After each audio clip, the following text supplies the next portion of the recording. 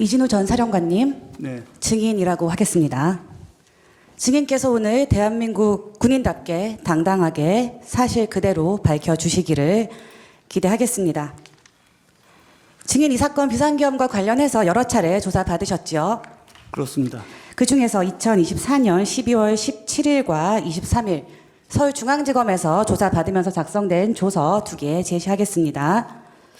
제가 요거에 대해서 좀 미리 말씀을 드리면 제가 지금 저 형사소송 관련해 예. 조서 제시하고 제가 묻는 질문에 대답해 네. 주십시오. 서울중앙지검에서 12월 17일 진술하신 진술조서 또 23일 진술하신 2회 진술조서 두 진술 모두 변호인 참여하에 진술하고 조서 확인한 뒤에 서명 날인하신 사실 있죠? 예. 진술은 했습니다. 근데 제가 드리고 싶은 말씀은 진술하셨죠? 다음 질문하겠습니다. 이 있습니다. 절차에 이 있습니다. 피청구인 대리인 절차에 이 있습니다.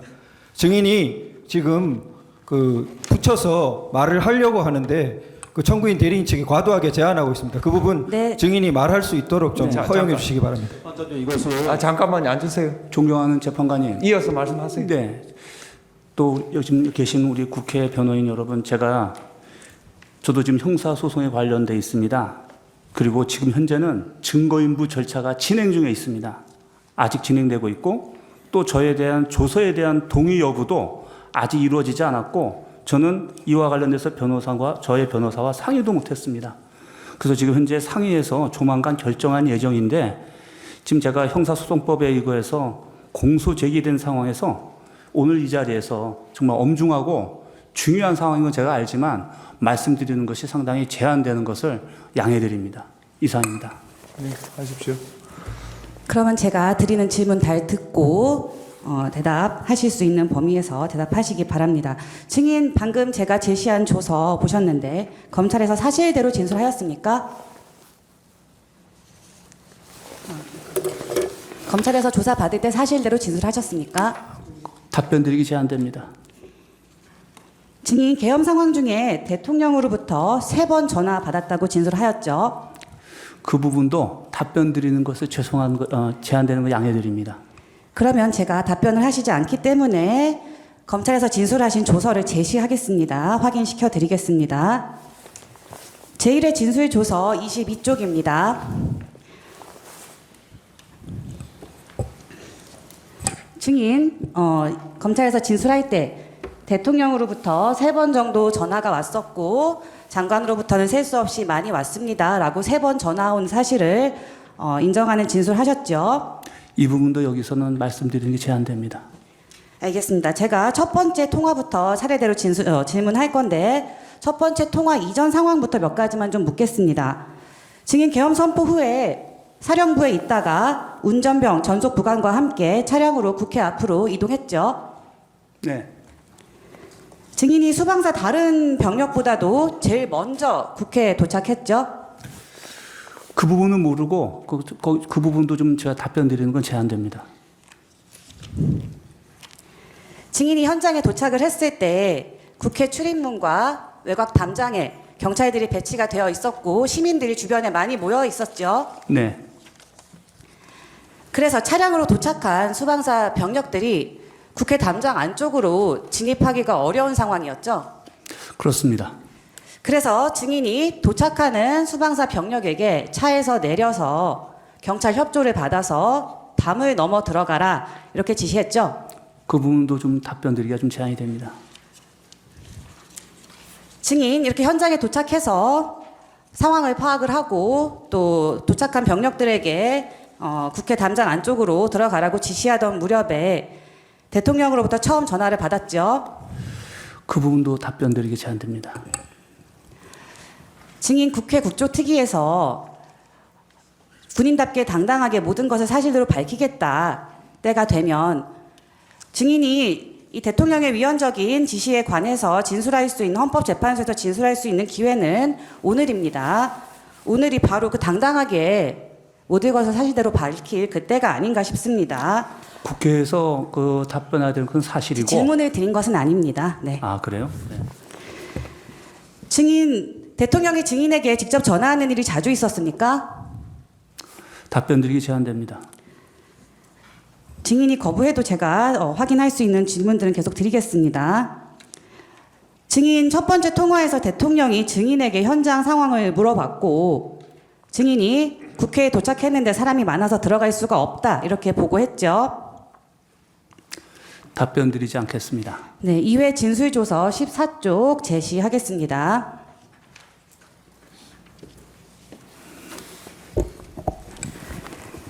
증인 검찰에서 진술할 때 첫 번째 전화에 대해서 제가 기억하는 것은 대통령께 사람이 너무 많다. 경찰도 우리를 통과시켜주지 않습니다. 경찰에 부탁해서 저희 병력들에게 담을 넘어가라고 했습니다. 라는 취지로 말했죠. 이 부분 제가 이 자리에서 말씀 안 드리겠습니다.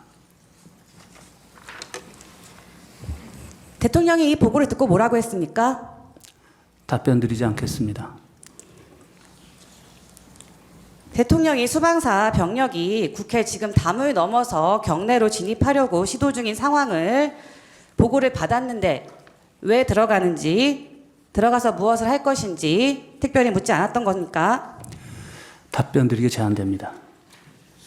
위원장님 죄송하지만 제가 대통령께서 한마디만 말씀드리겠습니다. 아닙니다. 지금 저 증인 피세 증인 조서에 저희 동의 여부 절차를 거치지 않았는데 그 조서를 가지고 묻는 것은 저희가 지금 동의 여부 부동의 여부를 확인하고 물어보는 건 그냥 물어보세요. 제시 없이 질문하겠습니다. 첫 번째 통화 이후에도 증인이 대통령으로부터 걸려온 두 번째 전화를 받았죠. 두 번째 전화에서 대통령이 아직도 못 들어갔냐고 물었습니까?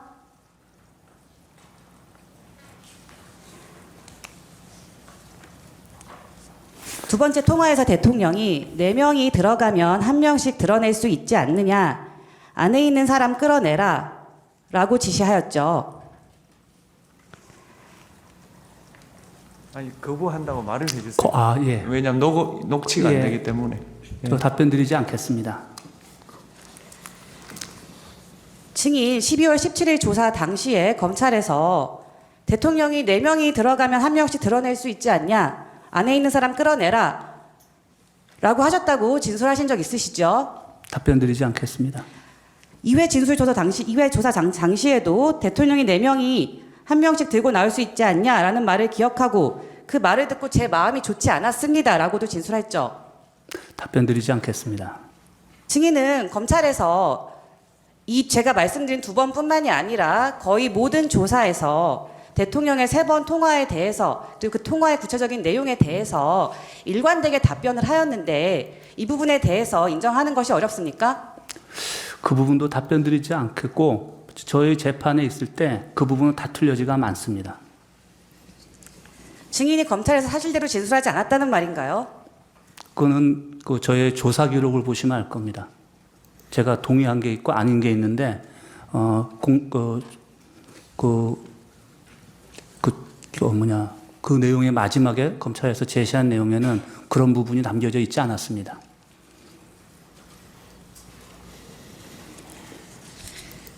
대통령이 지시한 4명이 1명씩 끌어내야 하는 안에 있는 사람이 누구였습니까? 답변 드리기 제한됩니다. 증인 조사 받을 때 제가 당시 국회의원을 끄집어내는 것이었구나 라고 생각했다고 진술했죠. 답변 드리지 않겠습니다. 증인은 대통령의 지시를 들은 다음에 제1경비단장 조성현 대령에게 국회 본청 내부로 진입해서 국회의원들을 외부로 끌어내라 라고 지시했죠. 그 부분도 답변 드리지 않겠습니다. 대통령이 4명이 1명씩 들고 나오라는 말을 하면서 체포라는 단어를 사용하기도 했죠. 답변 드리지 않겠습니다. 세 번째 통화 관련해서 묻겠습니다. 대통령이 이후에 증인에게 한 번 더 전화했죠. 답변 드리기 제한됩니다. 세 번째 통화에서 대통령이 아직도 못 갔냐, 뭐 하고 있냐 라고 질책하면서 문을 부수고 들어가서 끌어내 라고 지시했죠. 답변 드리기 제한됩니다.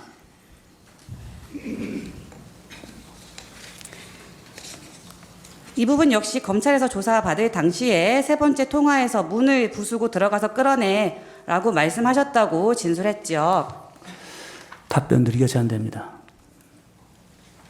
증인이 문을 부수기 불가능하다고 하자 대통령이 총을 쏴서라도 국회의원을 끌어내는 임무를 수행하라고 지시했죠. 답변 드리기 제한됩니다.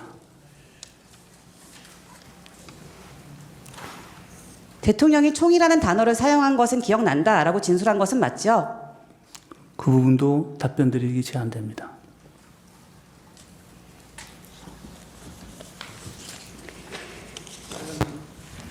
그냥 절차 이 부분이 하나 있습니다. 네, 지금 현재 진술 조서를 제시하지 않는 것은 진전된 일입니다만 진술 조서 자체의 문구를 그대로 따서 이렇게 질문하고 있기 때문에 사실상 제시하는 효과와 마찬가지 양상을 빚고 있습니다. 그 취지를 가지고 묻는 것은 모르되 진술 조서의 문구 그대로를 축자적으로 제시하는 것은 진술 조서 제시와 효과가 같기 때문에 그 부분에 대해서 이의를 제기하는 것입니다. 그렇게 해주세요.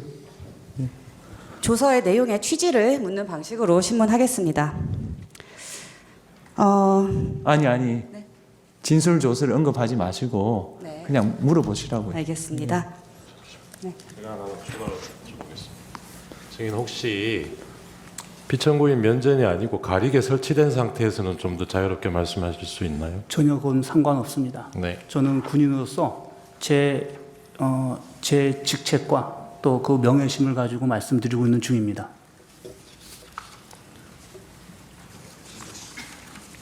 네, 신문 계속하겠습니다. 8항입니다. 조금 바꿔서 묻겠습니다.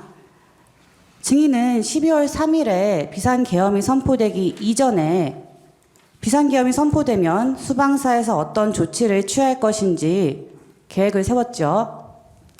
답변 드리기 제한됩니다.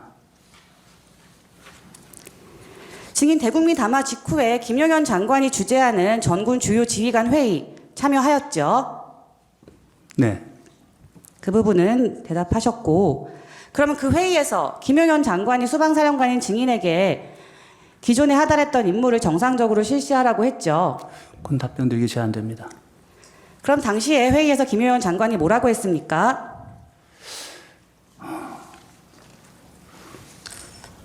그 수방사는 이상 없냐라고 말씀을 하셨고, 네, 그렇습니다라고 말씀드렸더니, 그러면은 사령관은 먼저 나가서 준비하라고 하셨습니다.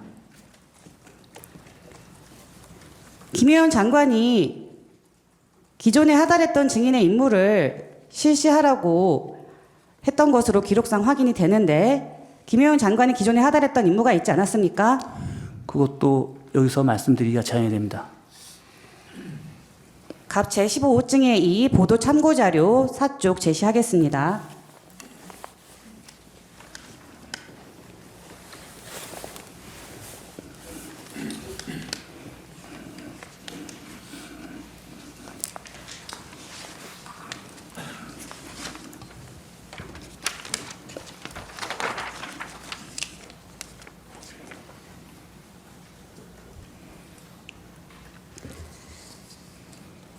증인 비상계엄 선포 전날인 12월 2일에 휴대폰 메모장에 의명 행동화 절차를 구상해 보았습니다. 라고 시작하는 이 메모를 작성한 사실이 있죠.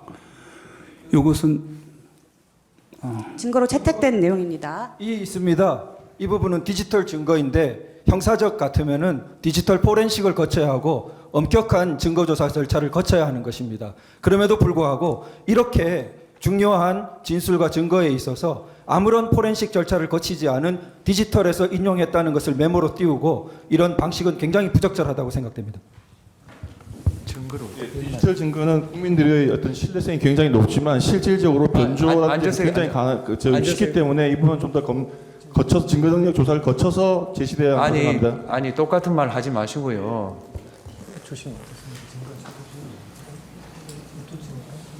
지금 몇 호증이죠? 15호증의 2, 15호증의 2입니다. 15호증 2 증거 체부 한번 보세요.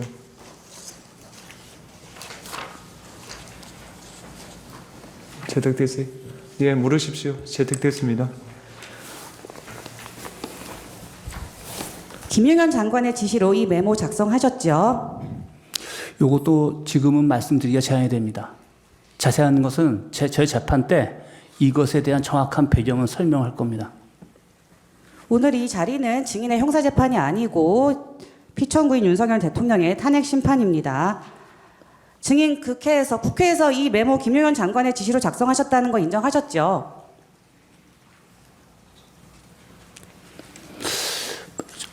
정확하게 기억이 안 납니다. 예. 이 메모에 보면 최초 부인님, 이 부인은 VIP 대통령을 의미하는 것으로 볼 수 있는데 최초 부인님 대국민 연설 실시 전파시라는 기재가 있습니다. 대통령의 대국민 담화 상황을 상정하고 이후의 조치사항 정리한 거죠. 여기서는 제가 말씀드리는 게 제한이 되겠습니다. 그 밑에 있는 3번 쪽에 흑복 및 안면 마스크 착용, 칼라 태극기 부착, 야시장비 휴대, 개인 공포탄 개인 불출 이런 내용은 바로 다음 날인 12월 3일에 수방사 병력들의 출동 상황과 일치하지요. 동의하지 않습니다. 어떤 부분에서 동의하지 않습니까? 휴대한 물품이 이렇게 되지 않았더라고요. 공포탄 개인 불출 시행하셨죠?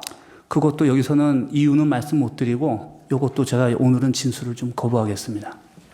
공포탄 개인 불출하신 상황은 있죠? 이유는 말씀하지 않으시더라도 공포탄 개인 불출했죠?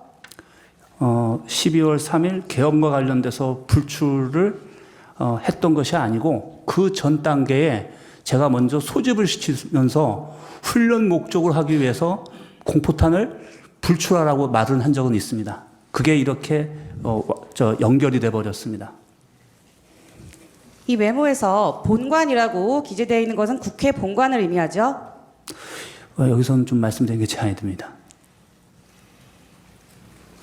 이 메모에서 대테러 대기부대를 선투입해서 본관에 배치하고 후속대 1개 대대 이상 투입하고 이 협력단 국회 협력단을 말하는 거죠? 말씀드리는 것이 좀 제한되겠습니다. 국회 협력단 지원하에 구역을 3일 배치한다. 이 내용도 바로 다음 날인 12월 3일 밤에 증인이 취했거나 취하려던 조치와 동일하지요. 말씀드리는 게 제한됩니다. 이 메모를 보면 이 메모를 12월 2일에 김용현 장관에게 작성한 이후에 보고했죠. 그것은 답변 드리지 않겠습니다. 증인이 평생 군인으로 복무하면서 국가와 국민을 위해서 헌신해 오신 분이시죠? 네, 그렇습니다.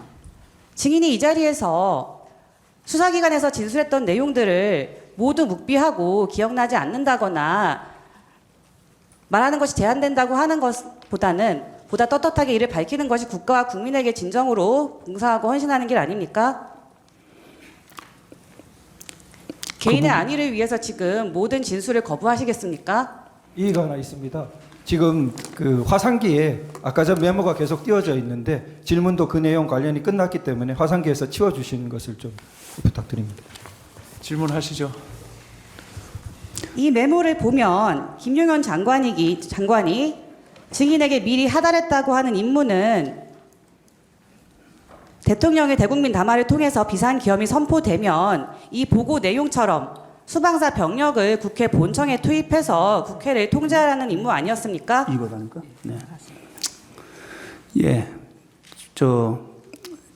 지금 이 질문을 계속 하시는데 사실 12월 2일 날 국방부 장관님께서 저한테 전화를 주셨어요. 오전에.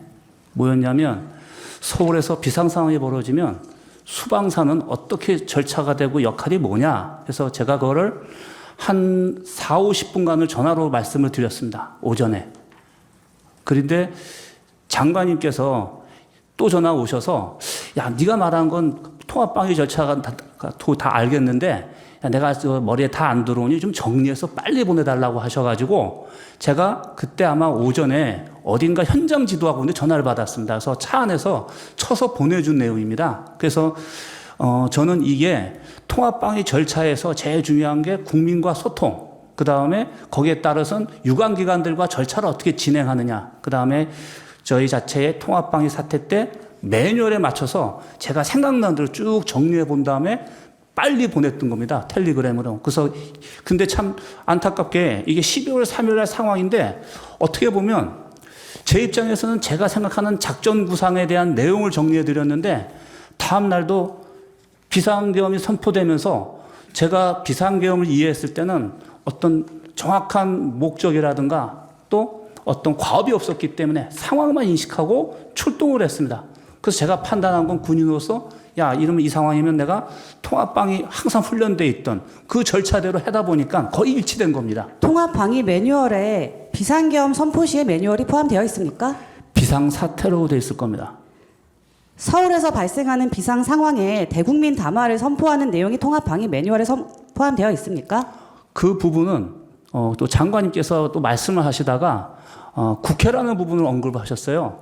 그렇기 때문에 제가 국회와 관련된다면 그렇다면은 그거는 이거는 저희가 통합방위 문제가 아니라 국가 차원에서 모든 게 공론화되는 상황이 될 것이라고 저는 생각을 하고 이런 내용들을 정리했었습니다. 그러면 김용현 장관이 국회에서 발생하는 비상 상황을 특정해서 매뉴얼을 작성하라고 지시한 것이네요. 작성하라고 지시한 게 아니라 저한테 상황을 저희가 절차가 어떻게 되는지 물어보셨고 저는 그거에 대한 답변을 하면서 저는 이렇게 해야 될 것입니다라고 제가 정리해서 보내드린 거였어요. 갑 15호증의 2의 3쪽 제시하겠습니다.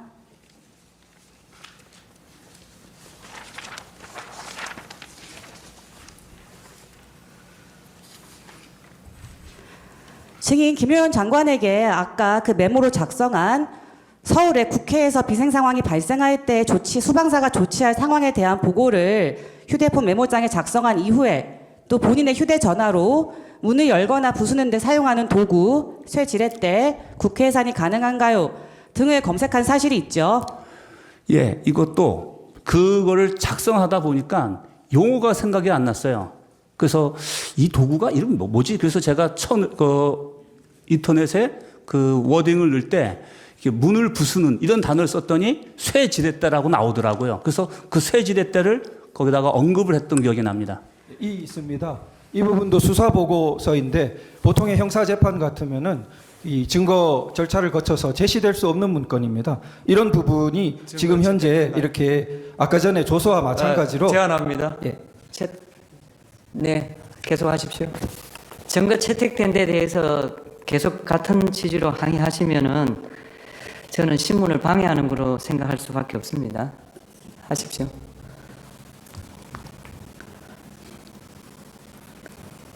증인은 김용현 장관으로부터 국회를 염두에 둔 수방사의 조치 상황을 작성하라는 지시를 받자 그 과정에서 문을 열거나 부수는 상황이 있을 것을 예정해서 이런 것들을 검색한 것이 아닌가요?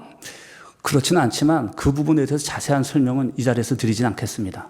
그거 거부합니다. 파락 묻겠습니다. 다음 질문 넘어가겠습니다. 증인은 국회가 계엄 해제 요구 의결을 한 뒤에도 대통령으로부터 한 차례 더 전화를 받은 사실이 있죠. 여기서 답변 드리지 않겠습니다. 증인 부관이 얘기하기로는 계엄 해제 요구 의결이 된 다음에 대통령이 증인에게 한 차례 더 전화를 걸었고 그때 뭐 190명 들어왔는지 확인도 안 되고 해제됐다 하더라도 내가 2번, 3번 계엄령 선포하면 되니까 계속 진행하라는 취지로 지시했다라고 진술하였는데 그런 통화를 한 기억이 있지 않나요? 지금 제가 답변 드리지 못하는 가장 큰 원인이 바로 지금 우리 총무님께서 질문하신 그 내용입니다. 왜냐하면 제가 기억하는 것과 또 제3자가 하는 얘기가 저의 기억이 없는 게 되게 많습니다. 그래서 제가 답변을 못 드리는 거고 지금 저희 공소장에 나와 있는 내용은 저의 내용이 대부분이 아니라는 것을 말씀드립니다. 이상입니다. 증인이 검찰에서 진술한 내용과 증인의 뭐 부관이든 증인의 다른 뭐 조성현 대령이든 뭐 김창hat 단장이든 여러 다른 부하들의 진술 내용이 특별히 어긋나거나 다르다고 보이지 않고 서로 동일하고 비슷한 상황을 기억하고 있는 것으로 확인이 되는데 그렇지 않습니까? 재판장님 제가 잠시 당시 상황을 좀 설명을 드릴 수 있겠습니까? 해보십시오. 네. 저는 그때 아마 컨테이너 4분의 1 크기 안에 밀폐된 공간, 그러니까 차 안에서 핸드폰 3개를 가지고 지휘를 했습니다. 창문 2개를 통해서 바깥을 보면서 상황을 인지했고, 그 다음에 대부분 전화는 한 번도 끊어짐 없이 쉼없이 전화가 오고 갔습니다. 지시도 하고 확인도 하고. 그런 과정에 아마 군인들이면 장갑차 안에서 무전기 3개 들고 작전을 하면 무엇이 기억나고 안 나고 내가 한 말이 무엇인지도 모릅니다. 근데 어떻게 이렇게 자세하게 진술할 수 있는지도 제가 궁금하고, 저도 지금까지도 마치 조각이 편린된 것처럼 생각이 안 나서 12월 31일 날 우리 검사하시는 분이 이렇게 진행이 됐습니다 했을 때, 그때 저도 시간이 이렇게 지나갔구나라는 그 2시간을 이해했습니다. 근데 이 내용을 가지고 저보고 다 얘기하라고 한다면 사실은 그건 굉장히 위험하고 오히려 위증 가능성이 많다고 생각하기 때문에 제가 답변을 못 드린다는 것을 양해드리면서 드리겠습니다. 이상입니다. 제가 증인에게 기억에 반하는 진술을 하라고 하는 것이 아닙니다. 그 증인 군인으로 평생 복무하시면서 비상계엄이라는 상황을 경험한 적 있으십니까? 없죠? 수방사 병력이 국회에 출동한 적 있으십니까? 없습니다. 증인 대통령으로부터 직접 이날 이전에 전화를 받은 적 있으십니까? 처음입니다. 비상계엄이 선포된 굉장히 이례적 상황에서, 그리고 대통령이 평소에 직접 전화도 하지 않는 대통령이 직접 전화를 지시해서 또 그리고 질문 사항하고 자- 실무 확산기하고 전혀 관계 없는 것이니까 치워주시기 바랍니다. 근데 그 부분은 비상계엄이라는 비상 상황이니까 그런 일이 있을 수 있지 않습니까? 증인, 제가 질문 아직 끝나지 않았습니다. 그런 이례적인 상황에서 또 대통령이 직접 전화로 지시를 하는데, 대통령의 지시 내용에는 4명에서 1명씩 끌어내라, 국회의원을 끌어내라, 문을 부수고 나서도 들어가라, 뭐 총이라는 단어, 체포라는 단어, 민주주의 사회에서 차마 상상하기 어려운, 사실은 굉장히 무거운 책임을 질 수도 있는 그런 충격적인 대화를, 그런 지시를 내렸는데 그 상황을 기억하지 못한다는 게 가능합니까? 누구라도 증인이 검찰에서 진술하면서 총, 체포, 문을 부숴라 이런 단어들을 기억한다고 진술했는데, 그것은 그 복잡한 상황에서도 대통령이 직접 전화를 했고 그 지시의 내용이 전혀 일상적이지 않은 굉장히 독특하고 이례적인 단어나 지시였기 때문에 증인이 그런 부분들을 기억해서 진술한 것 아닙니까? 그 부분은 제가 답변 드리기 제한이 됩니다.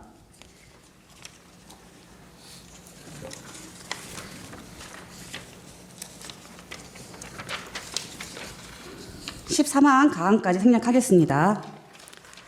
증인, 대통령이 비상계엄을 선포하기 전이나 또 계엄 중에 대통령이나 김용현 장관이 증인에게 이 사건 계엄이 짧게 끝날 것이라거나 경고성 계엄이니까 국회가 계엄 해제 요구를 의결하면 뭐 바로 철수하고 임무가 종료될 거다라는 이야기를 한 적이 있나요? 답변 드리지 않겠습니다. 주신문 남는 부분 추후에 제주신문 때 혹시 활용할 수 있도록 해주시면 감사하겠습니다. 일단 6분 남겨놓으세요. 예. 반대 신문 30분 하십시오. 송준호 변호사입니다. 증인은 기소되어 있기 때문에 증인의 혐의 사실과 직접적인 관련이 있는 부분은 제외하고 답변하실 수 있는 내용 위주로 제가 물어보겠습니다. 먼저 주신문에 아까 잠깐 답변하신 게 있는데요. 그 부분 좀 먼저 확인하고 시작을 하겠습니다.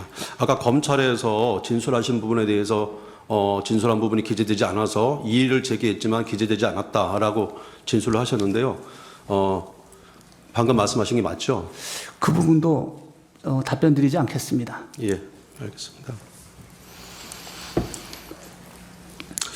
증인은 계엄 당시에 수방사령관이었죠? 네. 예. 증인은 계엄 선포 시에 상관인 국방부 장관의 지시에 따라 국회에 병력을 투입시킨 것이죠. 그렇습니다. 증인의 병력 투입 지시는 계엄법에 따른 적법한 지시였죠. 이 부분은 좀 제가 재판관님, 제가 이 부분은 좀 제가 설명하세요. 네.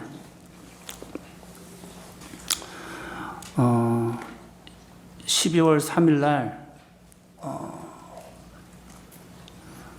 대통령님께서 계엄 선포 대국민 담화문을 발표하시는 걸 제가 봤습니다. 사실 그 직전에 장관님께서 미리 부대에 좀 가서 대기하라, 무슨 상황이 있을 수 있을 것 같다라는 말씀을 듣고 들어갔었거든요. 근데 저는 국민의 대표이시고 또 국군 통수권자이신 대통령님이 또 저 개인적으로는 알기론 검찰총장님까지 하셔서 법에 대해서는 누구보다도 아마 전문가 아니신가라는 생각도 하는데 국민을 상대로 또 전 세계, 전 국민에게 방송을 통해서 그것을 이렇게 얘기를 하시는데 그게 위법이다, 위헌이다라는 생각을 하등에 할 여지가 없었습니다. 그리고 지금도 그 부분에 대해서는 전 적법했다고 생각을 하고 그 다음에 장관이 저에게 즉시 국회로 가라고 했을 때 그거는 작전 지시로 이해했습니다. 이게 뭐냐면 군인 관점에서 봤을 때 대통령님이 국민 담화를 한다는 것은 전략 지침입니다. 구체적이지 않고 모호하지만 군인들한테는 상황 인식을 시키는 굉장히 중요한 요소입니다. 거기서 다 기억은 안 나는데 대통령님께서 탄핵 얘기를 하시면서 사법 기능이 정상화가 안 되고 또 행정 기능이 뭐 정상되지 않는 그런 상황을 얘기하셨는데 저는 제가 통합방위 해서 비상사태와 관련돼선 서울에서 임무 수행하다 보니까 5개 법령에 대해서 알고 있습니다. 비상사태와 관련돼 있는 건 통합방위, 민방위법, 예비군 기본법, 그 다음에 개헌법, 그 다음에 충무사태입니다. 이 5가지를 항상 염두하고 있기 때문에 비상사태 하면은 무슨 상황인지 압니다. 근데 거기서 그 언급하셨을 때 계엄령에 이런 문구가 있는 게 알고 있었어요. 어떤 여러 가지 교란적인 이유로 그 행정과 사법 기능이 어떤 정상적으로 되지 않았을 때 그것을 회복하기 위해서도 계엄령이 선포되는 조건이다라는 걸 제가 알고 있었거든요. 그래서 위법은 아니면서 이게 상황이 그렇게 가고 있는 거구나라는 이해를 했습니다. 그리고 지금 저한테 질문 주셨는데 예. 김용현 장관이 국회로 출동 지시를 하셨을 때 그거는 제가 추후에 다시 여쭤보겠습니다. 예, 있습니다. 여기까지가 제가 예. 이해했던 상황입니다. 알겠습니다. 예. 증인은 경호법 규정에 따라 적법하게 예하 부대를 국회에 출동시켰을 뿐이고 그 과정에서 무력을 행사하여 민간인에게 피해를 입히거나 다른 불법 행위를 저지르도록 지시한 바 없죠? 없습니다. 그 이유 거기에 대해서 좀 설명드리겠습니다. 연결이 되는데 그것도 추후에 제가 계속 여쭤봅니다. 알겠습니다. 예. 혹시 제가 여쭤보는 거에 미흡하면 그때 답변해 주시면 되겠습니다. 예. 증인은 개헌법에 따라 개헌 발령 시 매뉴얼대로 예하 부대에 대한 지휘권을 발동해야 했을 뿐이고 내란죄로 체포 구속된 부분은 되게 억울한 부분이 있죠. 그 부분은 제가 답변드리지 않겠습니다. 예, 알겠습니다. 증인은 12월 3일 비상계엄이 불법이라고 생각했다면 예하 부대를 출동시키지도 않았을 것이죠. 아까 말씀하신 그대로 내용으로 가름하겠습니다. 예.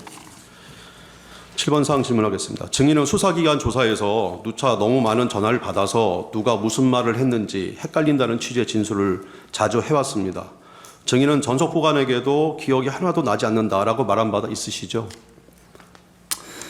사실 전혀 기억나지 않아서 12월 5일인가 6일 날 예. 부관한테 물어봤습니다. 어떤 얘기를 있었냐? 내가 기억이 아무것도 안 난다. 예. 라는 얘기를 부관한테 물어본 기억이 있어요. 예. 네. 알겠습니다. 증인은 수사를 받으면서 기억이 잘 나지 않는데 수사기관에서는 다른 사람들은 이렇게 말했다라고 하면서 유도신문을 하였고 그 다른 사람들의 기억에 따라 증인 스스로 자기의 진술을 이렇게 맞춘 경우도 있었죠. 그거는 검사의 역할이라고 생각을 하고 예. 그거는 제가 크게 문제 삼지는 않습니다. 예, 알겠습니다. 개엄 전에 상황에 대해서는 약간 질문을 드리겠습니다. 2024년도에 대통령, 국방부 장관, 경호처장, 그다음에 방첩사령관, 수반사령관이었던 증인 등이 몇 차례 모이는 자리가 있었죠. 네. 몇 차례 모이게 된 것은 증인을 포함한 참석 지휘관들이 수도권 방위와 대통령 경호 등에 대해서 협조 부대들이라 함께하는 경우가 있었던 것이죠. 저는 그렇게 생각하는데 또 이 부분에서는 제가 더 진술하고 싶지 예, 않습니다. 알겠습니다. 예. 민주당 의원은 국회 국방위에서 야전에 근무하는 지휘관들은 대통령과 식사 한번 못 하는데 증인, 방첩사령관 등은 자주 한다. 이것은 불공평한 것이고 증인을 포함한 몇몇 지휘관들이 대통령 또는 장관에게 편애를 받는다. 아니면 미리 계엄을 모의한 것이다. 라는 주장을 하였는데요. 이는 전혀 사실이 아니고 선동하는 것이죠. 사실이 아니면서도 그 모임이 있는 것에 대해서는 저도 굉장히 불편한 건 사실입니다. 왜냐하면은 많은 장군들이 있는데 그것은 공평하지 않다라고 생각은 했습니다. 네, 알겠습니다. 이 자리에 계엄사령관 박안수는 참석한 사실이 없죠. 네? 예, 그 자리 모임 자리에 참모총장 박안수는 참석한 사실이 없죠. 네. 비상계엄 발령 시에 당연히 상황에 대해서 좀 질문드리겠습니다. 증인은 12월 3일 오전에는 당일 이제 계엄이 발생한 그날입니다. 오전에 일상적인 회의와 현장 지도를 하였고 오후에는 병원 진료도 하였고 또 이발도 하셨고 저녁에는 수방사 예하 5개의 사단장, 여단장 및 그 배우자들과 함께 매년 열리는 저녁 식사 자리를 가진 후에 8시 30분까지 그분 사람들과 차단까지 하였죠. 네. 그리고 귀가하셨죠. 저희 공간에서 제가 예, 공간에서 하셨습니다. 2차까지 하면서 예. 사진까지 찍어주고 보냈습니다. 예, 그러다 보니까 마지막 모습은 제가 관사에서 설거지하는 상황이었습니다. 예, 알겠습니다. 그 퇴근해서 관사에 있는데 9시 50분경에 김영경 국방부 장관으로부터 전화가 와서 부대에서 대기해라. 잠시 후 TV로 대통령 담화문을 시청하라는 지시를 받은 사실은 있으시죠? 그냥 부대로 들어가서 대기하라고 하셨지 담화 얘기나 대통령 담화 얘기는 안 하셨습니다. 예, 알겠습니다. 증인은 계엄을 선포한다는 사실을 대통령 TV 담화로 처음 알게 된 것이죠. 네, 제가 무슨 상황인지 몰라서 통상 YTN에 예. 보면 무슨 상황이 있으면 먼저 TV가 먼저 나옵니다. 예. 그래서 YTN을 틀어보라고 하는 상황에서 곧 이어서 나왔던 것 예, 같습니다. 알겠습니다. 계엄 당일 증인의 행적을 보면은 예하대 지휘관들 및 그 배우자들이라 동반 부부 모임까지 하고 한 것을 보면은 대통령의 계엄 선포를 미리 알지 못한 것이 명백한 것으로 보입니다. 맞죠? 그 부분은 말씀드리기가 알겠습니다. 왜냐면 다 연관이 돼 버립니다. 네. 예, 알겠습니다. 자, 증인은 2024년 12월 6일 계엄 이틀 후에 김병주 국회의원이 운영하는 김병주 TV에 출연한 바 있죠. 그렇습니다. 예, 김병주 국회의원이 먼저 인터뷰하자고 한 것인가요? 그것보다는 예, 저희 부하들이 예. 그 전에 아마 특전사령관이 아침에 그 부분에서 얘기하셨는데 제가 반대를 했습니다. 예. 왜냐하면은 군인으로서 기본적으로 상관의 승인을 받아야 된다. 예. 근데 나중에는 우리 특전사령관님께서 부하들에게 굉장히 미안해서 예. 내가 꼭 이거 얘기해야 된다 하시면서 본인은 알아서 하시겠다 하더라고요. 근데 그게 나왔습니다. 그걸 보고 저희 부하들이 우리 수방사 그때 들어갔던 부대 우리 부하들의 입장에서 지휘관으로서 책임감을 가지고 해명해 줘야 되지 않느냐. 그래서 제 옆에 있는 주요 우리 참모들이 사실 이렇지만 꼭 오늘밖에 기회가 없을 것 같습니다. 꼭 예. 사령관님께서 책임지시고 하셔야 됩니다 해서 그때 동의했습니다. 예. 12번을 생략하겠습니다. 증인은 김명주에게 인터뷰하기 전에 사전에 어떤 질의사항이라든지 답변할 내용 그런 건 상의한 사실이 없죠? 전혀 없습니다. 예, 알겠습니다. 120호 중에 10 동영상 좀 재상해 주십시오.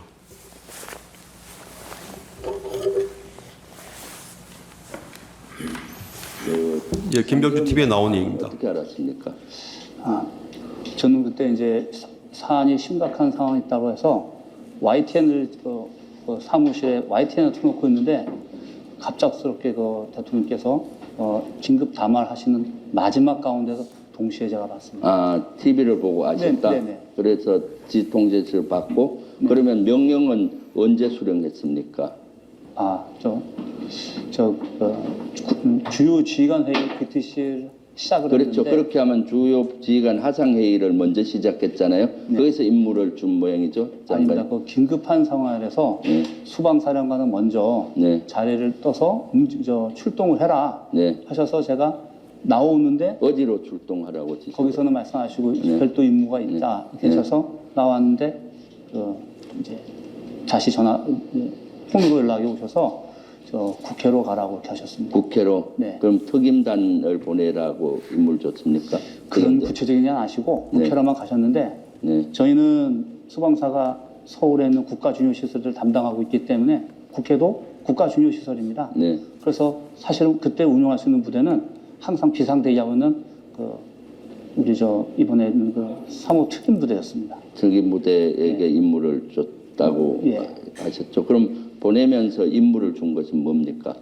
보내면서 임무 주는 거는 딴 거 없었고 네. 너무 시간이 없었기 때문에 그때 일경비단장 또 우리 참모장 저가 이 상황에서 가서 무엇을 해야 되는가 했을 때 제일 중요한 것은 그 서울 시민의 안전, 네. 다치는 거라든가 무슨 일 있으면 안 되고 그 다음에 우리 출동한 장병들이 다쳐서는 안 된다. 그래서 그러기 위해서는 그 장병들 서로 챙겨가지고 안전하게 해라. 그러면서 참모장이 저한테 건의했습니다. 그러면은 이 장비 중에 총기라든가 이런 것들은 휴대하지 않는 게 좋겠습니다. 라고 네. 얘기해서 그 타당하다 제가 얘기를 하고 그렇게 준비를 시켰습니다.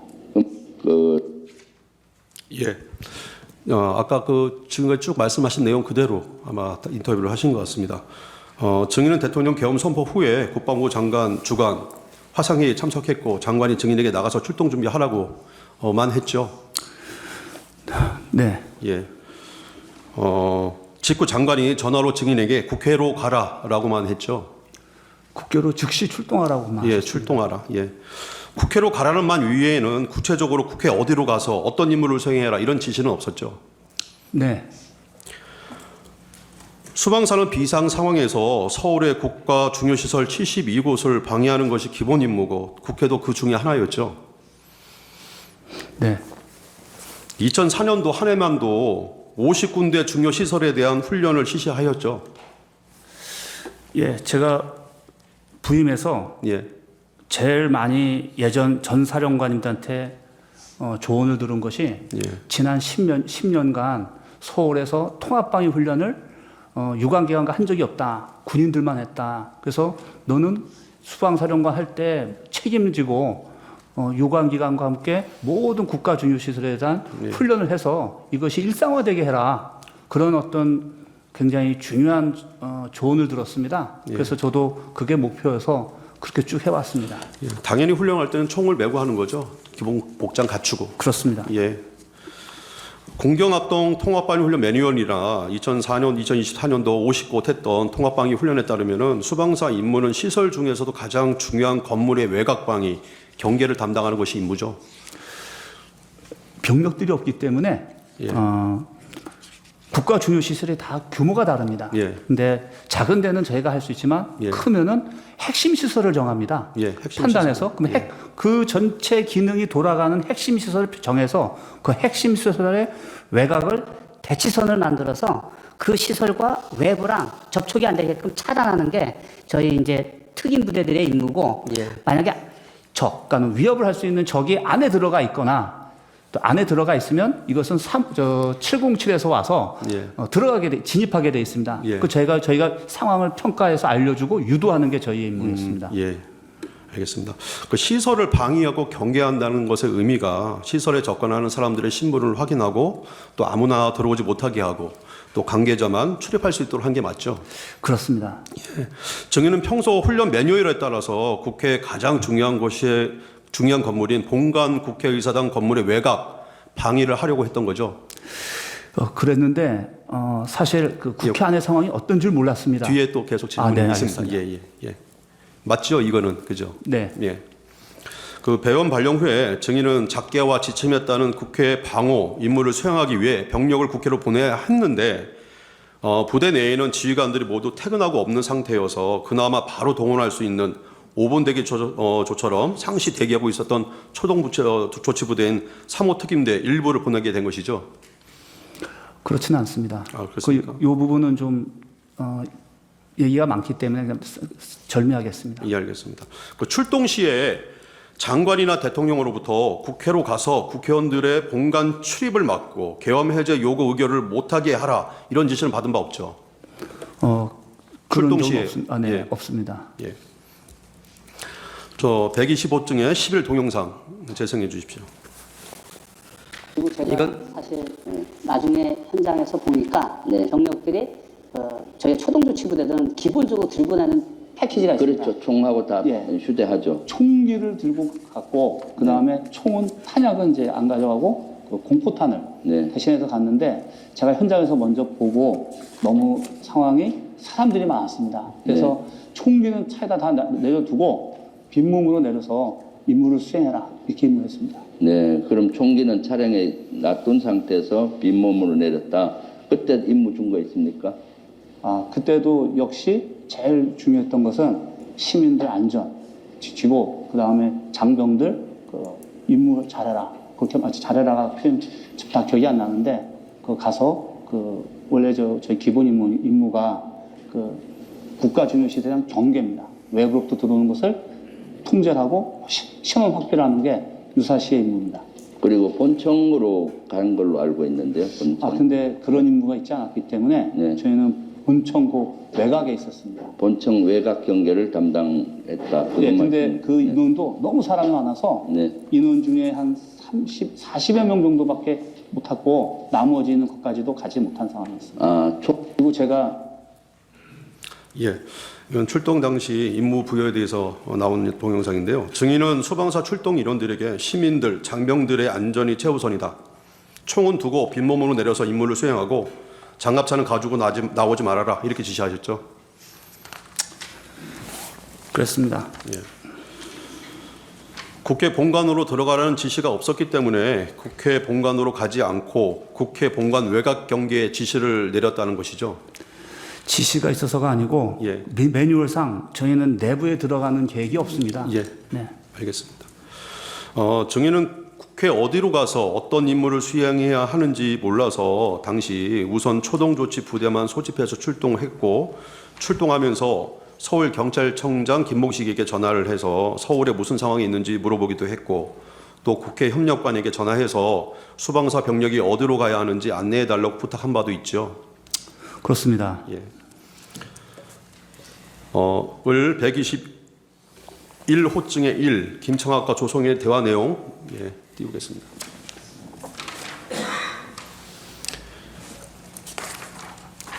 이것은 계엄 당시에 1경비 여단장 조성영과 군사 경찰단장 김청학이 대화를 나눈 것을 녹취한 것입니다.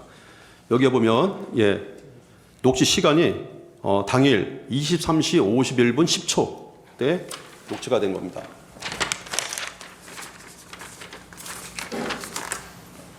그 내용을 보면 내용이 이렇습니다.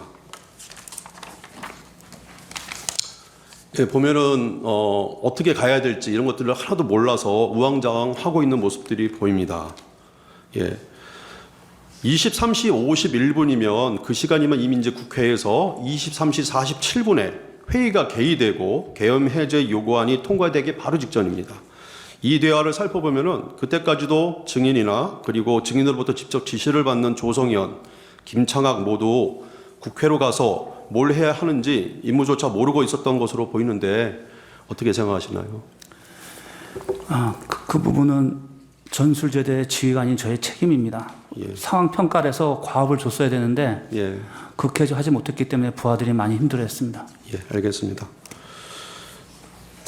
국회 질문서에 나와 있는 국회 정경사진 잠깐 제시하겠습니다.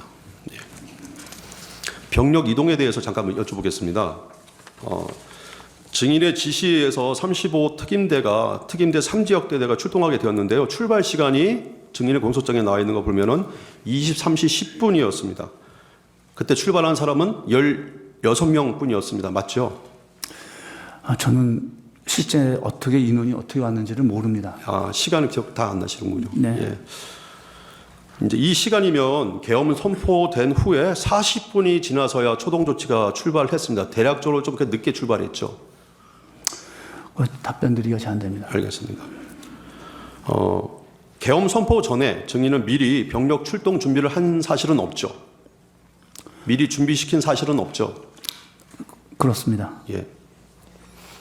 3호 특임대대가 국회 경내도 아니고 여기 국회 인근 한강 주차장, 이 노란색입니다. 이 한강 주차장에 도착한 시간이 23시 45분이었고 계엄 선포 후에 1시간 15분이나 지나서였습니다. 기억하십니까? 그거는 정확하게 모르겠는데 예. 대통령께서 계엄령을 선포하신 다음에 움직이다 보면 예. 자동적으로 시간상 그렇게밖에 될 수가 예. 없습니다. 그것도 제가 이제 뒤에 한번 여쭤보겠습니다. 예. 당시 이제 시민이 너무 많아서 병력을 국회 경내로 진입시키지 못하다가 최초 출발한 35 특임대 3지역 선발대 14명, 16명 출발했는데 운전면허 좀 빼고 14명만이 국회 칠문에 있는 담을 넘어서 국회 경내 이쪽으로 겨우 진입을 했습니다. 맞죠? 답변 드리지 않습니다. 예. 그 증인의 공소장 기재에 따르면 그 시간이 12월 4일 00시 24분, 즉 계엄 선포 후 2시간이나 지나서였습니다. 기억나십니까? 답변 드리지 않겠습니다. 예. 계엄 선포 후에 2시간 만에 수방사 병력 14명만이 국회 본관도 아니고 국회 칠문 근처 담을 넘어서 경내에 겨우 들어갔는데 이 칠문에서부터 다시 국회 본관으로 가려면 또 한 15분 정도 또 많이 소요되죠.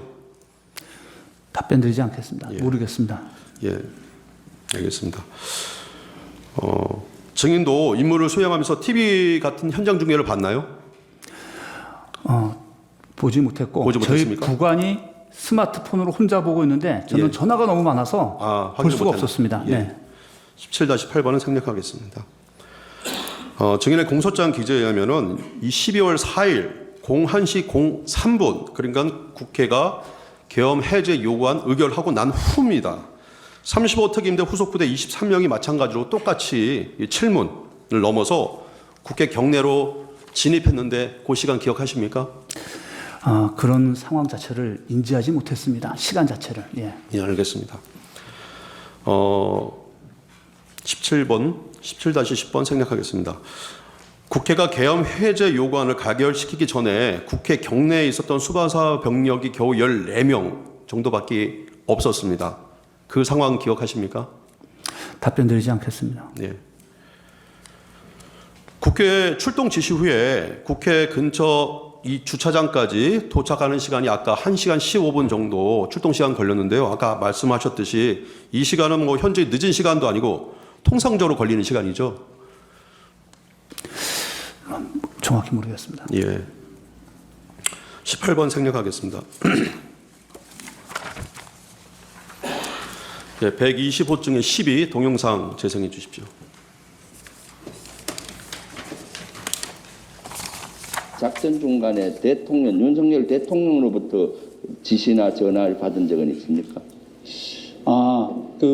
한 차례 정도 오셨는데 한 번? 예, 지금 기억에 지금 다 정신이 하나도 없습니다. 그때 전화가 너무 많아가지고 이제 오셔서 똑같은 걸 물어보셨습니다. 어떤 걸 물어보셨어요? 거기 상황이 어떠냐. 네. 그래서 똑같은 얘기를 했습니다. 굉장히 이제 복잡하고 우리 인원이 이동할 수도 없다. 그랬더니 가만히 들어보시다가 알겠다고 하시고 더 전화 끊으셨습니다. 작전.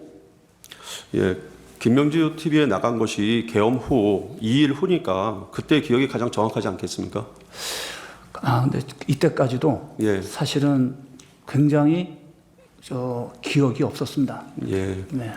기억이 다소 불분명했을 상황이군요. 그리고 누구하고 접촉되지 않은 상태이기 때문에 물어보지를 못했고 예. 그냥 상황일지, 그러니까 예. 지통실의 상황일지를 받아서 시간이 어떻게 됐구나만 알고 예. 그때 비로소 병력이 어떻게 투입되고 어떻게 됐는지를 그때 저도 상황을 이해했었습니다. 예, 알겠습니다.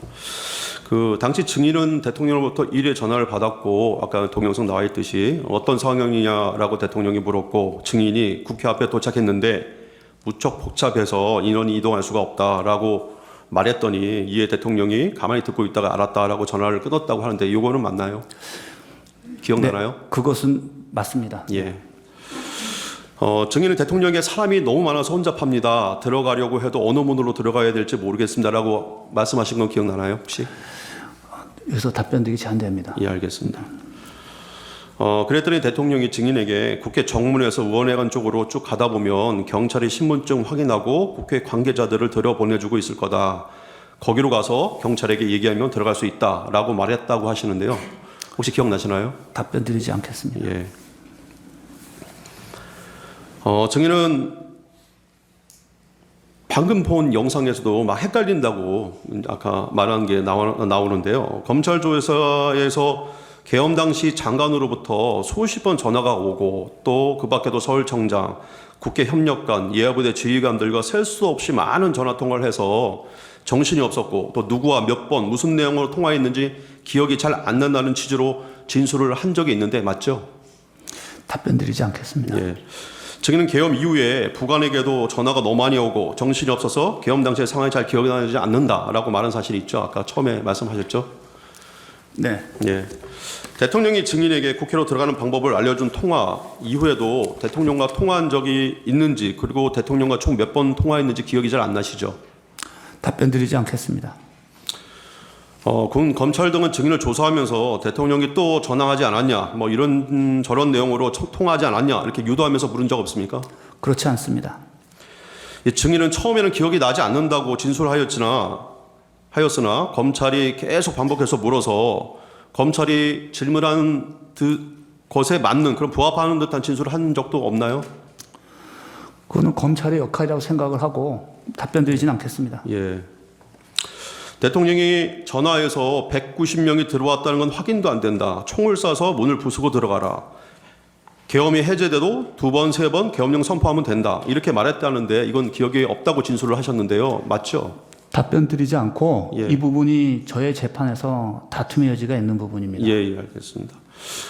당시 수방사 병력은 공포탄뿐만 아니라 총기도 소지하지 않았지 않습니까? 그건 나중에 혹시 저한테 시간을 주시면 예. 전체적으로 어떻게 작전을 그려나가는 건지 그걸 한번 설명하면서 답변 드리겠습니다. 예, 마지막에 말씀드리겠습니다. 제 기회를 드리겠습니다. 120호 중에 13 동영상 재생해 주십시오. 그거는 상급부대에서는 혹시 보고했다든가 지시받은 건 있습니까? 철수에 관계된 거는? 근데 얼마 안 돼서 위에서도 연락이 와서 철수를 승인한 거로 그렇게 왔기 때문에 제가 보고 드렸다기보다는 임무를 받은 것 같습니다. 그럼 사항계통으로 철수하라고 네네. 했습니까? 사령관님이 장관이나 계엄사령관한테 전화를 받은 건 아니고요? 네, 직접 받지는 않았습니다. 네, 그건 예, 국회 계엄 해제 요구안이 의결된 후에 대통령이 국방부 장관과 계엄사령관을 불러서 병력을 철수하라고 지시를 했고요. 그 지시가 상황계통으로 내려왔다고 하는데 수방사 병력은 상황계통으로 지시도 받은 적이 있죠. 그 부분은 제가 비아폰을 받았기 때문에 사실입니다. 예. 증인은 계엄 당시 대통령 국방부 장관으로부터 누군가를 체포하라는 지시를 받은 사실이 있습니까? 없고 그 다음에 그것은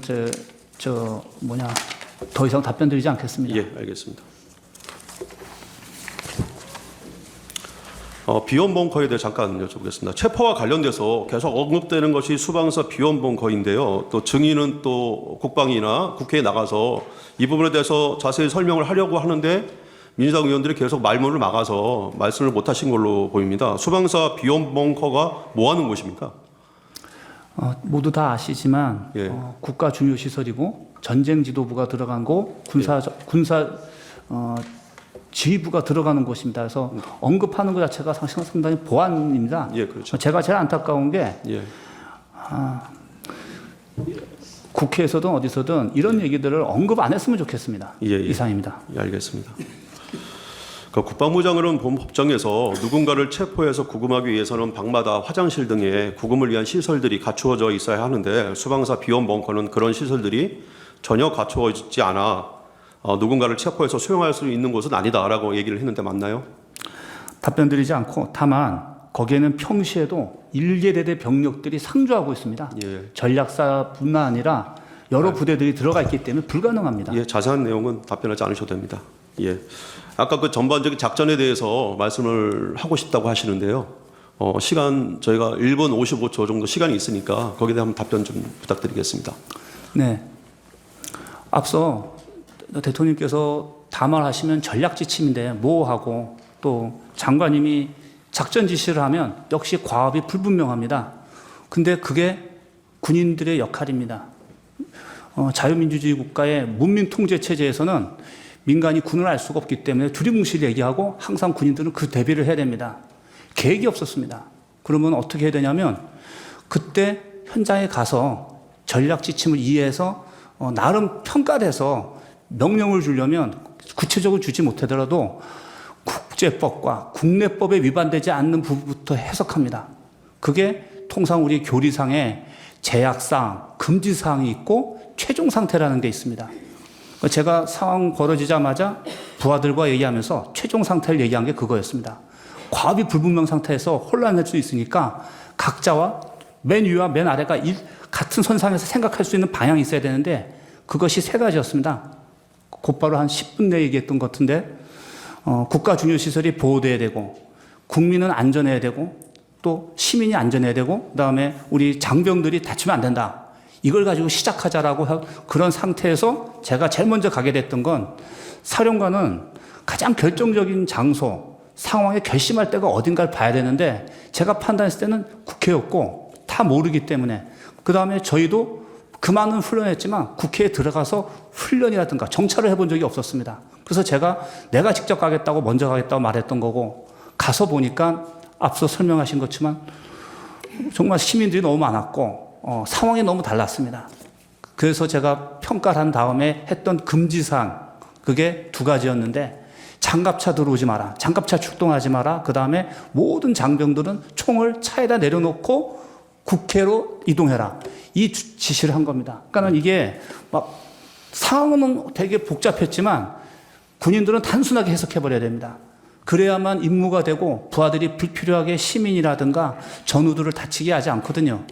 그래서 제가 해준 역할은 거기까지였고 그 다음에 현장에 도착하게 되면 분명히 전술제대 지휘관들이 저한테 자기들이 상황평가에서 이렇습니다 라고 얘기하면 제가 그때부터 과업을 줄 수 있었는데 계엄이 해제가 2시간 만에 끝나다 보니까 도착도 못하고 끝나버렸습니다. 그래서 결론적으로는 제가 우리 부하들에게 작전 구상에 의한 하나의 과업들을 주지 못하고 끝나게 돼버린 겁니다. 이상입니다.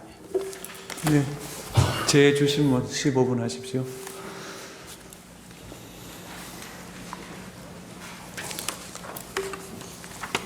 네, 증인 좀 전에 계엄 선포 시에 상관인 국방부 장관 지시에 따라서 국회 병력을 투입했다라는 질문에 그렇다고 대답을 했는데 계엄 선포 시에 수방사령관이 국방부 장관 지시를 받도록 되어 있습니까? 계엄 선포 직후에 또 아까 병력 투입 지시는 계엄법에 따른 적법한 지시라고 생각했다 이렇게 얘기하셨는데 계엄 선포 직후에 계엄 사령부도 구성되기 전에 국회에 출동해서 작전을 시행하는 것이 계엄법에 따른 적법한 지시였다고 주장하는 것인가요?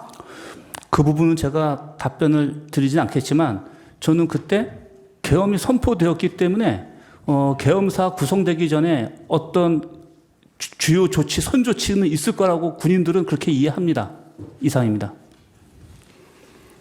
증인 조금 전에 반대 신문 답변하면서 그 이제 피청구인 측으로부터 이제 이 뭐 검찰로부터 유도 신문이 있었는지 뭐 이런 질문을 받았습니다. 증인이 검찰에서 이 대통령과 3번 통화가 있었다는 사실을 처음 밝힌 것이 12월 14일인데 당시 그리고 증인도 사실 뭐 유도 신문을 한 것은 아니다 이렇게 대답을 했죠.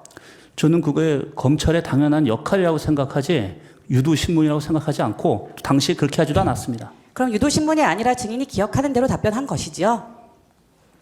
저는 기억나는 데만 얘기했고 다만 공소장에 올라있는 내용이 제가 기억이 나는 부분만 얘기한 게 아니라 완전히 전부 다 얘기했기 때문에 그거에 다툼이 있을 거란 얘기를 한 겁니다. 그럼 증인이 다툼이 있다고 생각하는 부분은 4번째 통화가 중심이고 아까 첫 번째 통화는 인정하셨고 2번째와 3번째 통화가 있었던 사실까지는 다툼이 없으십니까? 그 답변 드리지 않겠습니다.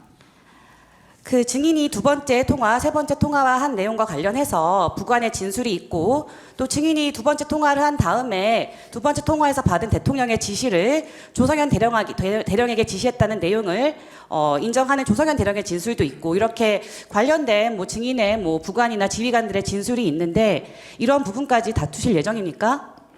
말씀드리지 않겠습니다.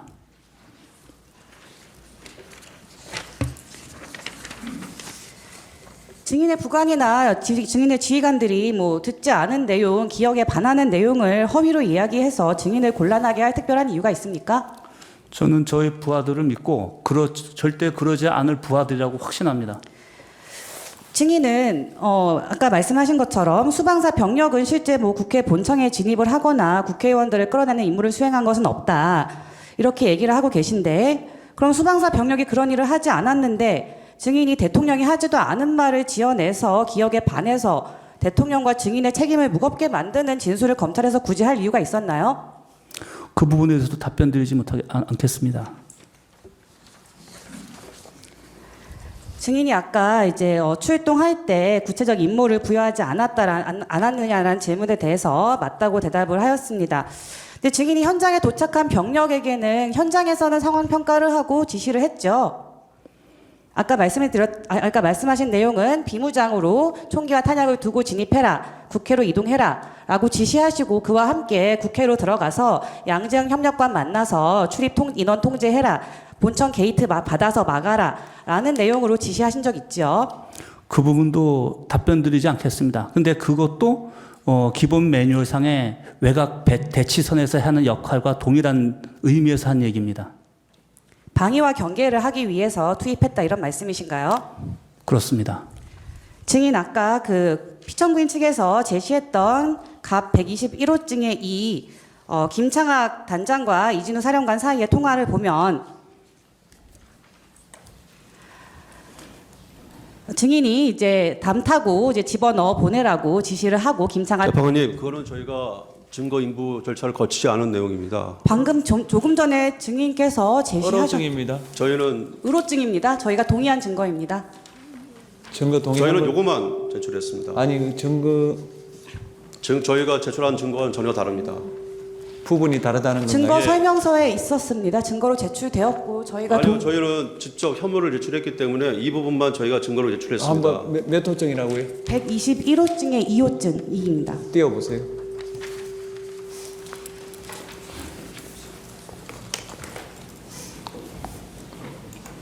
한번 122호증 11 한번 띄워보세요.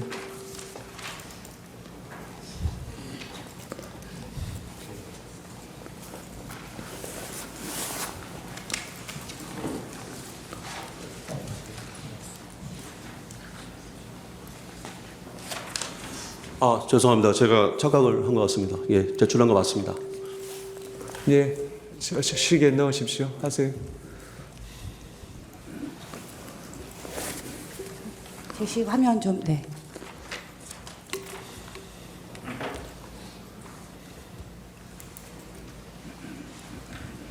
증인이 김창학 단장에게 양재응 장군을 이야기하는데 양재응 장군은 있고 본청에서 게이트 하나 맡아서 못 들어오게 막는 것을 해라고 출입 통제 지시를 했지요. 이 부분은 제가 국회 본청이 어떻게 생기고 구조가 어떻게 되는지 전혀 모릅니다. 그것만 말씀드리겠습니다. 국회 본청의 구조를 모르기 때문에 양재응 장관의 지시를 받더라도 어쨌든 게이트를 맡아서 출입하지 못하라는 지시를 하는 내용이 확인이 됩니다.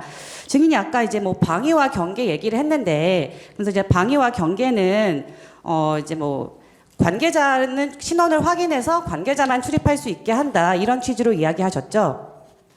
당시에 제가 울타리를 경찰들이 다 통제하고 있었는데 울타리를 넘어가는 사람들이 상당히 많았습니다. 군인들은 정식으로 요청하면 다 거부됐는데 신원이 확인되지 않은 수많은 사람들이 울타리를 넘어가는 상황이었습니다. 제가 그 부분을 보고 염두에서 판단한 상황이었습니다. 증인이 제일 먼저 도착한 김희규 그 3호 특임대 3지역 대장에게는 출입하는 모든 인원을 통제하라고 지시했죠. 그것도 좀 여기서는 답변 드리기가 제한됩니다. 방금 금사 경찰 단장에게도 게이트를 막으라는 지시를 했는데 그러면 증인이 김희규 소령이나 김창학 대령에게 방위 경계를 하면서 신원을 확인하고 국회의원은 출입시켜도 된다라는 지시를 한 적 있으십니까? 그 부분도 여기서 답변 드리는 게 좀 제한이 됩니다. 증인은 증인의 의도가 어떠했는지는 모르겠지만 증인이 담을 타고 들여보낸 수방사 병력들이 국회 본청 근처에 가 있을 때 대통령은 국회의원을 끌어내라는 지시를 증인에게 했죠. 그 부분도 답변 드리는 게 제한이 됩니다. 국회의원을 끌어내는 것은 국회를 방해하거나 경계하는 게 아니고 국회를 방해하라는 지시 아닙니까? 답변 드리지 않겠습니다. 아까 증인이 국회 출동이 이제 늦어진 사정과 관련된 이야기를 했는데 그러면서 계엄 전에 미리 출동을 준비시킨 적이 없다 이렇게 답변을 했습니다. 근데 일단 김영현 장관은 비상계엄 선포 전에 21시 48분경에 상황이 있으니 대기하라고 했죠. 그렇습니다. 그리고 증인도 대국민 담화 이전에 9시 50분경에 대테러 특수임무대대를 구성하는 제1경비단장, 조성현 단장, 또 군사경찰 특임대대 김창화 단장을 소집을 했죠. 무슨 일이 모르기 때문에 유일하게 제가 운용할 수 있는 예비대가 그 부대입니다. 그래서 미리 사전에 경고를 한 겁니다. 워닝을 줬습니다. 그런데 조성현 단장은 10시가 되기 전에 전진의 작전 과장에게 수호신 TF, 대테러 특임 대대 TF 소집 지시를 전달했죠. 그 부분은 제가 모르겠고 답변 드리기가 제한됩니다. 김영현 장관은 정군 주요 지휘관 회의할 때 회의를 마치기도 전에 수방사령관 출동하라고 지시했죠. 저보고 먼저 나가라고 얘기는 하셨습니다. 그리고 계엄 상황 중에 셀 수 없이 많이 전화를 해서 계속 왜 못 들어가냐고 독촉 전화도 했죠. 답변 드리지 않겠습니다. 이 시판 관련해서 아까 이제 철수 지시가 왔다, 비화폰으로 왔다라는 답을 하였는데 상황 개통으로 철수 지시가 왔다는 게 혹시 언제쯤으로 기억하십니까? 꼭 기억나지가 않고 하여튼 여기서 답변 드리기가 제한이 됩니다. 수방사 병력이 국회 본청 인근의 공터에 남아 있을 때 그 현장 병력들로부터 철수 건의가 왔고 증인이 그것을 승인하지 않았습니까? 그 부분은 사실입니다. 철수 지시는 그 이후에 왔습니까? 그 이후라고 저는 기억납니다. 저도 몇 가지 여쭤보겠습니다. 증인 그날 국방부 장관의 지시를 받고 국회로 출동하셨다 그랬지 않습니까? 네. 그럼 국방부 장관의 지시가 없으면 비상계엄이 발령됐다 그러면 통상은 어떻게 대응합니까? 수방사에서는? 제가 아마 합참의장한테 건의를 했을 겁니다. 어떤 건의를 합니까? 출동해야 될 것 같습니다라고. 어디로? 만약에 제가 전화를 먼저 했던 데가 경찰입니다. 왜냐하면 모든 서울 안보에서 제일 먼저 하는 데가 경찰입니다. 그래서 네. 경찰에다 물어보고 상황이 뭔지 확인할 겁니다. 그런데 그게 국회라고 확인되면 저는 이런 것 같아서 국회가 네, 저희 네, 담당 저희가 갈 네, 겁니다라고 이야기했습니다. 그날은 국방부 장관이 먼저 전화가 왔기 때문에 그 지시에 따른 거라는 거죠. 그렇습니다. 예. 아까 증인도 거의 수방사에서 선발대 보내고 바로 같이 출발했죠, 증인도. 증인도 그날 출동 네. 지시 내리고 네. 그 부하들이 움직이기 전에 증인이 먼저 출동하셨던 거 아니? 제가 먼저 갔습니다. 그렇죠. 네. 그 아까 차 안에 계셨다 그랬는데 네. 컨테이너 4분의 1 크기? 그러니까 그 크기가 그러니까 좀 상상을 좀 시켜드리려고 한 건데 일찍 그냥 작은 차입니다. 도착하셔서 네. 이 상황 끝날 때까지 계속 그 차 안에 계셨던 겁니까? 그렇습니다. 그 차 안에 누가 있었죠? 그분 우리 부관, 부관. 운전관 이렇게 운전관. 셋이 있었습니다. 예. 자리가 그러면 운전관 있고 부관은 앞에 있고 조수석에 있고 저는 뒤에 뒷자리에 있고 증인 혼자 그렇습니다. 있었겠네. 아까 전화기 3개로 뭐 계속 전화 통화하느라고 정신 없었다 그러셨죠? 그렇습니다. 예. 그때 운전관은 자고 있었다 그래요. 그건 인지하셨습니까 그때? 차가 계속 이동하는 상황인데 잤을 리는 없을 텐데. 잤을 리는 없어요. 예, 차가 계속 돌았습니다. 매각을. 그 전화를 계속 하고 뭐 통화 계속 중이었다 그랬잖아요. 그 부관도 그 전화를 들을 수는 있는 상황이었죠. 그거는 제가 모르겠습니다. 네. 아까 증인 그날 증인이 검찰에서 한 진술에 대해서 이게 제3자 진술하고 증인 진술하고 그 중에 뭐 증인 진술은 좀 묻히고 제3자 진술을 검찰에서는 조금 더 우선해서 그게 공소장에는 공소사실은 그렇게 반영돼 있는 것 같다. 그런 취지로 진술을 하신 것 같은데. 답변 드리지 않겠습니다. 예, 그거는 그렇고 그때 차 안에 같이 있었던 그 부관의 진술도 그냥 제3자의 진술에 불과합니까? 아니면 제가 잘 모르겠습니다. 그 진술은 증인이 보기에 믿을 만한 진술입니까? 일단은 제가 기억이 없는 가운데 네. 그 말을 듣고 제가 그거를 증언하면 위증이 될 수 있지 않습니까? 네, 네. 그런 입장에서 봐주셔야 될 거라고 생각합니다. 네, 알겠습니다. 아까 그 메모 보내주는 거 보면 그 증인이 뭐 이렇게 국회 해산 검색도 하고 그러셨잖아요. 그때 검색해 보니까 뭐라고 나오던가요? 그 부분에서는 여기서 답변 드리지 않겠습니다. 반대신문 중에 아까 대리인께서 대통령이 전화 통화해서 이런 얘기하지 않았냐. 의원회관 쪽으로 쭉 가다 보면 경찰의 신분증을 확인하고 관계자들을 들여보내주고 있을 거다. 거기 가서 경찰에 얘기하면 들어갈 수 있을 거다. 이렇게 얘기하지 않았냐고 물었는데 증인 답변을 안 하셨어요. 이 부분도. 네. 근데 원래 증언 거부할 수 있는 거는 네. 본인이 네. 유죄 판결 받을 수 있는 사실이 드러날 염려가 있을 경우에 안 할 수 있는 겁니다. 네. 근데 지금 이 내용은 만약에 대통령이 이런 얘기 했으면 대통령한테도 그렇고 증인한테도 그렇고 유리하면 유리하지 불리할 게 하나도 없는 얘기예요. 근데 이거 왜 답변을 안 하세요? 제가 정확하게 그걸 모르거나 기억이 안 나는데 네. 이거 얘기를 어떻게 해야 기억이 안 난다는 취지입니까? 네. 알겠습니다. 아까 증인 병력 투입 지시가 개헌법에 따른 적법한 지시라고 받아들였다. 이런 취지로 얘기하셨어요. 그렇습니다. 처음에 출동 지시 받았을 때는 그럴 수도 있다고 생각합니다. 근데 네. 이 생각이 네. 나중에 대통령하고 전화 통화하고 그 이후에도 이 생각이 유지가 됐어요. 계엄 상황 끝날 때까지 이 생각이 유지가 됐습니까? 상황 평가는 계속 이루어집니다. 군인들한테는. 그러니까요. 근데 네. 그 평가가 재평가되기 전에 상황이 종료가 됐습니다. 네. 굉장히 빠른 시간이 끝났기 때문에 재평가가 될 상황이 없었습니다. 그 중간에 이게 적법 여부에 대해서 의문을 가지는 순간이 한순간도 없었어요? 왜냐하면 병력이 외곽 대치선에 점령조차도 못했는데 네. 제 모든 관심은 병력이 배치돼서 그 배치 결과를 보고하고 예하 지휘관들이 이런 상황입니다. 어떻게 할까요?라는 말을 들어야 되는데 도착을 안 했는데 어떻게 다음 거를 생각합니까? 그 당시의 상황에 대해서 증인하고 참모장하고 생각이 좀 다르지 않았던가요? 참모장은 네. 제가 굉장히 신뢰하는 우리 제 장군 전우인데 네. 굉장히 어떻게 보면은 좀 항상 저랑 의도적으로 반대 입장에서 레드 팀에서 항상 조언해주는 우리 후배입니다. 예. 그래서 제가 상당히 존중하는 후배고. 그때 그날 참모장은 레드팀으로서 어떤 의견을 내던가요?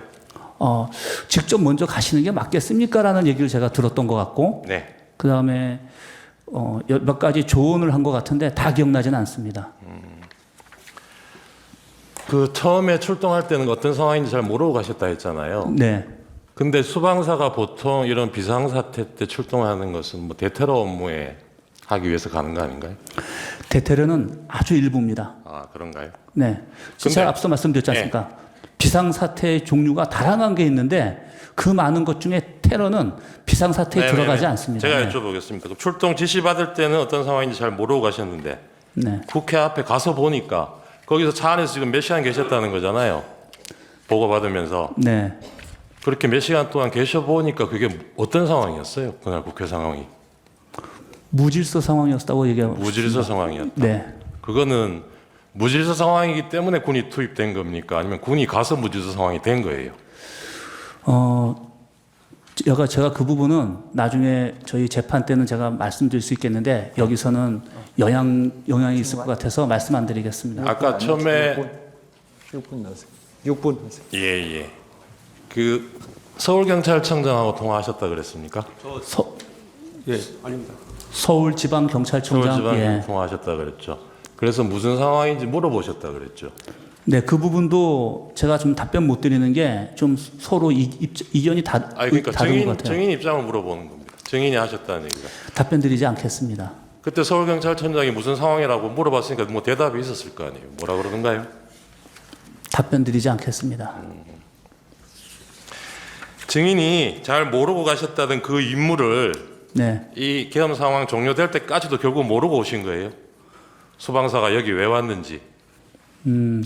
저는 어떻게 보면은 결론적으로 부하들한테 제가 나중에 모아놓고 제 입장에 소감을 얘기해줬는데 네. 거기에다 담겨 있다고 생각합니다. 근데 그 부분이 제가 제 부하들한테 고맙고 왜냐면은 제가 명확하게 임무를 부여해주지 못하고 가시화시켜주지 못한 상태에서 그 증인도 무슨 인물인지 모르셨다니까. 구체적으로 뒷문을 내려줄 수가 없었겠네요. 현장 가서 판단하려고 했는데 네. 현장에 진입을 못했기 때문에 또 보고를 못 받았기 때문에 상황을 모르고 끝났다는 입장입니다. 네.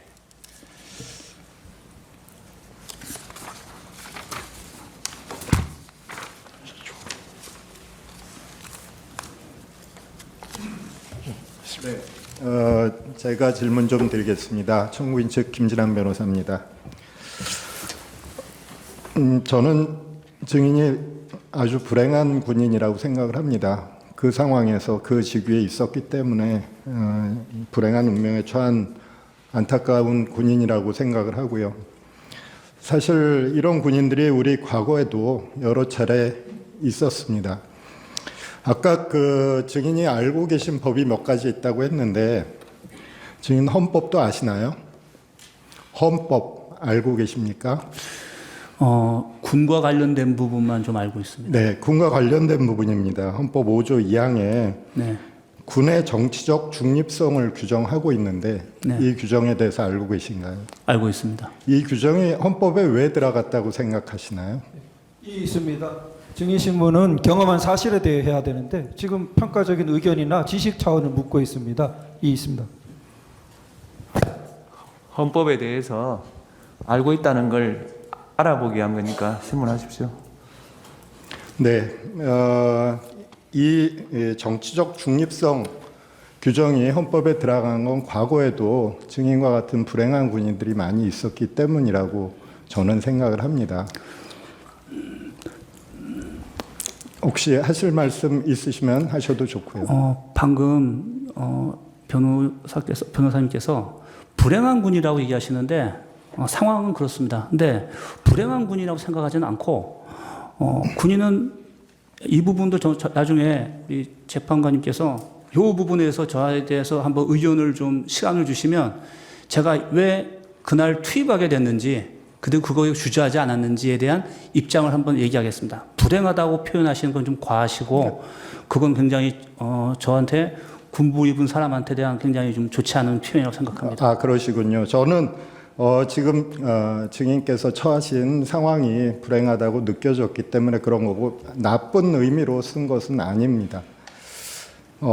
증인은 대통령이 계엄령 선포하는 장면을 TV로 보셨는데 거기에 야당이나 국회를 반국가 집단, 괴물 집단, 북한의 어떤 조종에 따르는 좌파 세력 이런 표현들을 들으신 기억이 있나요? 답변 드리진 않겠습니다. 네. 예. 그런데 그런 TV 방송을 보셨던 건 맞죠? 비상계엄 선포 당시에 예, 담화문을 보셨고, 봤습니다. 예. 그리고 그것 때문에 증인이 계엄군으로서 국회에 투입된다는 상황은 알고 계셨었던 거죠? 그렇습니다. 네. 그렇고 국회 도착해 보니 많은 시민들이 계엄군의 투입에 대해서 반대하고 있는 장면을 눈으로 목격하신 거죠. 답변 드리지는 않겠습니다. 네.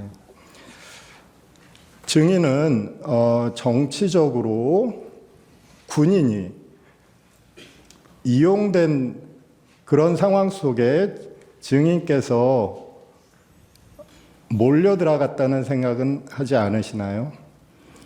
피청구인에게 정치적으로 증인뿐만 아니라 많은 군인들이 이용당했다는 생각을 하지 않으시나요? 경험한 사실을 묻는 것이 아니라 적절히 의견을 묻는데 이 점은 분명히 지적을 해 주십시오. 개인의 가치관에 대해서 계속 가치관을 지금 내뱉으라고 지금 강요를 하는 것과 다름이 없는데 정확하게 경험한 사실만 묻도록 좀 조치를 해 주십시오. 마지막 질문입니다. 그럼 그때 그 상황 속에서 증인은 어떤 생각을 하셨나요? 그것은 경험이죠. 어떤 생각을 하셨나요?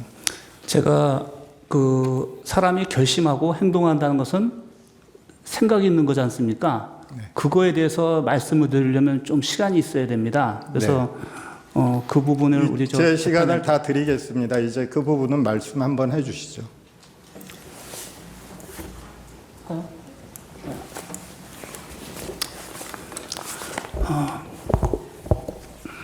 존경하는 재판장님 그리고 여기 국회를 대표하시는 분들과 또 대통령님 다 계시는데 저는 군인입니다. 근데 저는 군에 대해서 비전을 갖고 있었고 가지고 있고 그 다음에 저의 역할은 저를 통해서 다음 세대 그 다음에 우리 후배 장병들이 좋은 선례가 되고 모범이 되고 그들의 어떤 가치관이 정립되길 바라는 목표로 살아왔습니다. 작년 1월 30일 날 수방사령관 되고 얼마 뒤에 어떤 사건에 대해서 제가 징계위원으로 참석하게 되었는데 그 사건이 저한테 상당히 영향을 많이 줬던 것 같습니다. 모두 다 아시는 건데 서해 민간 공무원 피살 사건에 대해서 그 관련되는 작전 책임 부대장에 대한 징계를 제가 하게 됐었습니다. 그 내용은 보안이고 비밀이기 때문에 내용은 말씀 안 드립니다. 결론적으로는 우리 대한민국 국민 한 사람이 죽었는데 결심하는 사람이 없었고 상황 평가하는 사람이 없었고 건의한 사람이 없었고 확인한 사람이 없었다는 걸 제가 알았습니다. 제가 군인으로서 지금까지 살아오고 또 삼성장군까지 돼가지고 제가 해야 할 일이 뭔가 하고 생각했을 때 그 잘못된 풍토를 바꿔야 되겠다라는 생각을 했습니다. 그것도 전 어떻게 보면 교만이라 생각하고 오만일 수 있습니다. 그 부분에 대해서 굉장히 결심을 했었습니다. 근데 2달 뒤에 우연치 않게 그런 비슷한 상황이 있었습니다. 3월 30일인가 서울 상공 북쪽에서 피하 식별이 되지 않는 UAV가 발견이 됐습니다. 우리 예하 방공부대의 TOD가 잡았는데 제가 그때 밖에서 전술 토의하고 있는 중이었습니다.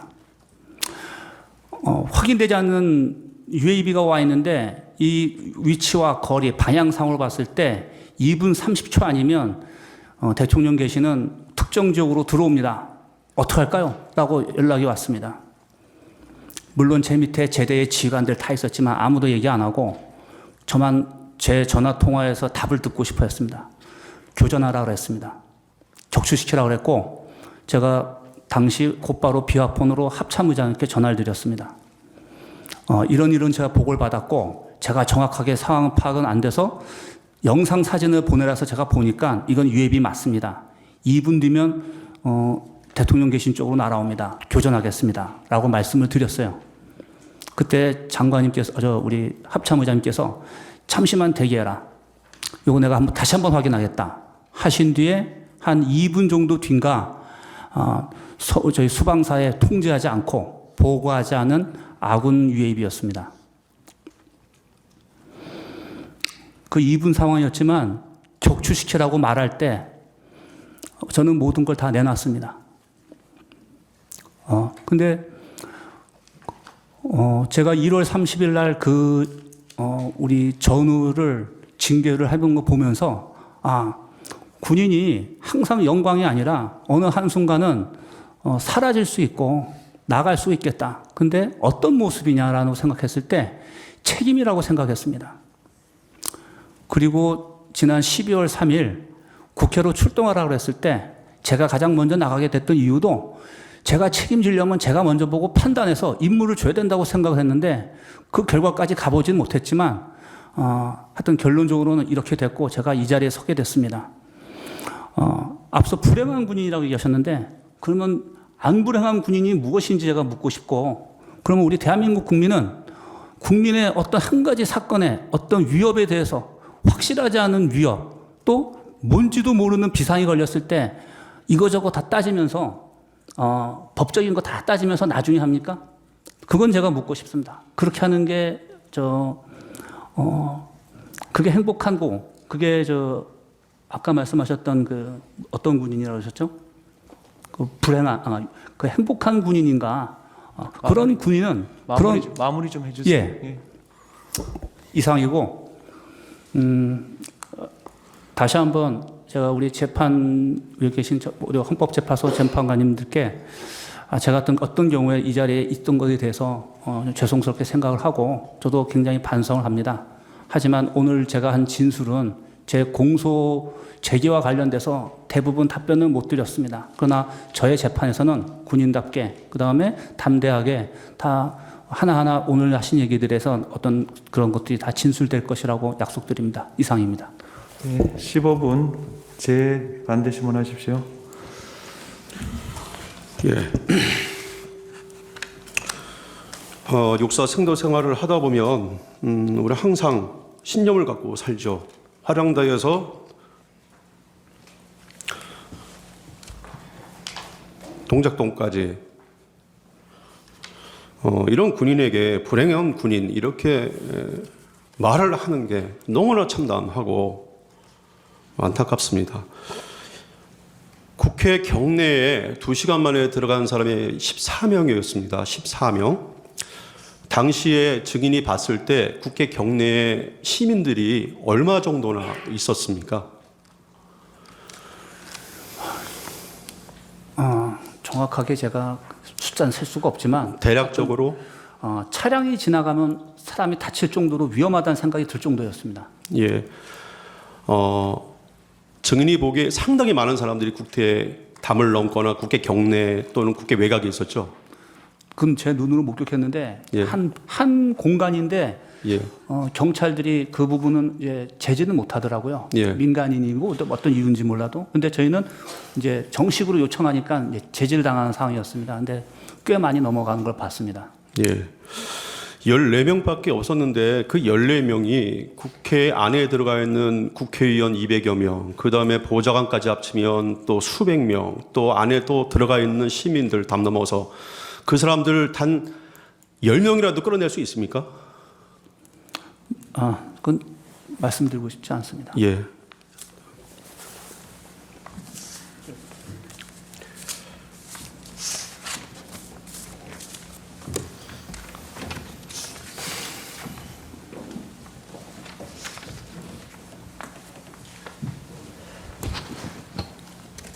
예, 수방사령관님, 예, 은갑근 변호사입니다. 몇 가지만 질문을 하겠습니다. 출동 당시에 임무를 정확히 받지를 못해서 김봉식 청장에게 전화한 사실이 있다고 하셨는데 맞죠? 그거는 제가 임무를 못 받아서가 아니라 그냥 훈련된 습성대로 한 거였습니다. 이제 정확히 그 당시에 국방부 장관이나 다른 분으로부터 구체적인 업무 지시를 받은 건 없는 건 사실이죠. 그랬기 때문인데 예. 그에 대해서는 답변드리지 않겠습니다. 그 당시 김봉식 서울청장에게 전화해서 무슨 일인지 확인을 했을 때 김봉식 청장이 병력이 필요하다고 지원 요청을 한 사실이 있죠. 말씀드리고 답변드리지 않겠습니다. 아까 청구인의 질문 사항에 현장에 도착했을 때 상당히 무질서한 상황이라고 말씀을 하셨습니다. 그 부분은 제 주관적인 평가인데 예. 우리 경찰 전우들이 굉장히 힘들어했습니다. 그 시민들이 굉장히 많은 상태였고 진입을 시도하려고 하는 상황이고 오히려 우리 증인을 비롯한 수방사 군인들은 진입을 할 수 없는 상황에 있던 건 맞죠? 왜냐하면 기관과 기관이기 때문에 네. 협조와 통제에서 움직이다 보니까 절차 때문에 안 되는 것 같았고 시민들은 그냥 이제 임의대로 하는데 경찰 병력이 뜨문뜨문 있다 보니까 그게 상당히 제지하기가 어려웠던 것 같습니다. 그날 당시 진입을 못하는 상황에서 김봉식 서울청장에게 여러 번 전화한 사실은 있죠. 그거는 답변드리기가 제가 제한이 되는데 딱 한 가지였습니다. 이유는.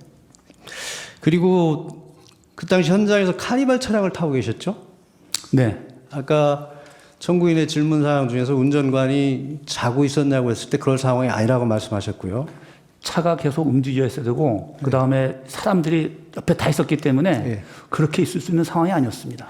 그런데 일부 조사한 결과를 보면 부관의 진술에는 운전관이 자고 있었다 이런 진술이 있습니다. 그러면 말이 안 되는 상황인 거네요. 아마 그는 저는 앞에 두 사람을 못 보니까 순간 졸고 있는 건지는 잘 모르겠는데 제가 잘 모르겠습니다. 그리고 증인은 카니발 뒷좌석에 타고 있었고 그 부관은 앞좌석에 조수석에 타고 있었죠. 그렇습니다. 뒷좌석에서 카니발 뒷좌석에서 통화하는 내용이 카니발 조수석 앞쪽에서 자세히 들릴 수 있습니까? 그건 제가 모르겠습니다. 증인은 통상 통화를 할 때 볼륨을 제일 크게 놓고 하시나요? 그렇지는 않고 세개 전화기가 계속 울리고 계속 왔기 때문에 저 스스로도 나중에 정리가 안 될 정도였기 때문에 아마 들리는 것보다는 굉장히 복잡하지 않았을까 생각이 듭니다. 그러니까 물리적으로 카니발 뒷좌석과 조수석에서는 통화 내용이 일부 단어가 한두 개씩 들릴 수 있을지는 몰라도 대화 내용 전체가 들린다는 것은 불가능한 걸로 보인다는 말씀을 드리는 겁니다. 아까 그 유도신문이 검찰에서 유도신문이 아니었냐는 질문에 유도신문은 아니고 검찰의 역할이었다는 말씀을 하셨습니다. 그런데 증인께서는 여러 차례 기억이 잘 나지 않으신다는 말씀을 하신 건 맞죠? 예, 저는 그 조사 중에 다 기억이 안 나는 부분이다. 그래서 계속 그건 일관되게 얘기했던 상황입니다. 그런데 유도신문이라는 게 뭐 적절한 개념인지는 모르겠지만 기억이 잘 나지 않는 부분들이 차츰 더 기억이 또렷해지는 것처럼 구체화돼가는 과정이 있습니다. 이것은 기억이 나지 않는 증인을 상대로 수사기관에서 자꾸 다른 사람의 진술이나 무슨 다른 상황을 가지고 환기를 시켜서 증인이 기억하지 못하는 부분을 증인이 경험한 사실처럼 유도한 것은 아닌지 생각이 되는데 어떻게 생각하십니까? 거기에 대해서는 답변 드리고 싶지 않습니다. 그리고 아까 청구인 측 질문 상황 중에서 증인께서 검찰에서 조사를 받는 과정에서 이의 제기한 부분을 얘기를 했는데 기재를 안 해준 부분이 있습니다 하고 했는데 우리 아까 피청구인 측 변호인이 질문했을 때 답변을 하지 않으셨습니다. 근데 아까 분명히 그런 답변을 하셨는데 그것은 맞죠? 그 부분이 지금 그 증거 자료로 인용이 되느냐 그 동의 과정이 지금 있습니다. 그래서 저희 변호사랑 같이 상의해서 그런 것들을 동의 여부를 판단하는 상황이 지금 현재 진행 중입니다. 이제 그런 일이 있었는지를 묻는 게 아까 그런 발언을 하신 건 맞죠, 여기서? 그 부분도 제가 가능하다면 그 부분도 정정하고 싶습니다. 그 부분을 뺐으면 좋겠습니다. 네. 네, 이동찬 변호사입니다. 그 증인께서 계엄 당시에 국회로 출동하실 때 카니발 관용차를 타고 나갔고 부관이 핸드폰으로 뉴스를 틀어놨다고 하셨어요. 맞습니까? 뉴스를 보는 걸로 제가 봤습니다. 왜냐면은 그 상황 벌어지는 어느 순간순간은 저한테 우리 부관이 얘기했기 때문에 아마 시청하지 않았는가 생각됩니다. 소리도 켜놓고 봤습니까? 그거는 모르겠습니다. 증인 대통령으로부터 전화 받은 폰이 군에서 지급한 비화폰이죠? 군에서 지공하는 비화폰입니다. 네네. 그 비화폰에는 다른 추가로 어플리케이션을 설치할 수가 없죠. 그런 걸로 알고 있습니다. 블루투스 기능은 있습니까? 그렇게 되지 않습니다. 그러면 비화폰에 그 통화를 할 때 스피커폰 기능도 없죠? 그런 거 다 없습니다. 네.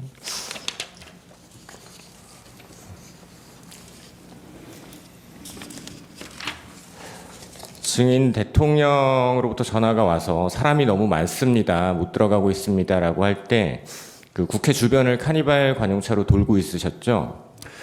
나중에 우리 운전관한테 물어보니까 국회 지역 전체 외곽을 4바퀴 이상을 돌았다는 걸 알고 있습니다. 근데 사람이 많아서 거의 서행이었기 때문에 2시간 동안 4바퀴 이상을 뱅뱅 돌았다고 얘기 들었습니다. 네.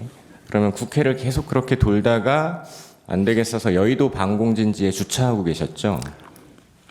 네. 그 방공진지 도착하신 시각이 언제인지 기억나십니까? 기억은 정확히 안 나지만 계엄 해제 의결이 국회에서 끝나고 철수 지시가 내려오는 그 직전인가 되는 것 같습니다. 해제 의결 전입니까 후입니까?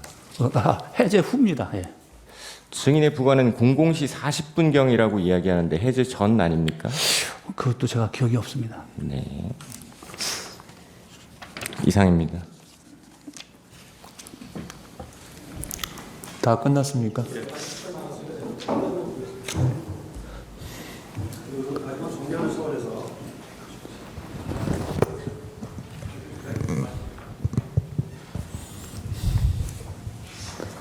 사실 가장 중요한 부분이 이 부분이기 때문에 정리를 하기 위해서 물어보는데요. 증인이 그날 정신이 없었던 거는 이해를 하는데 적어도 대통령한테 전화를 몇 통 받았는지는 기억을 못할 수가 있을까요? 그게 저도 사실은 예.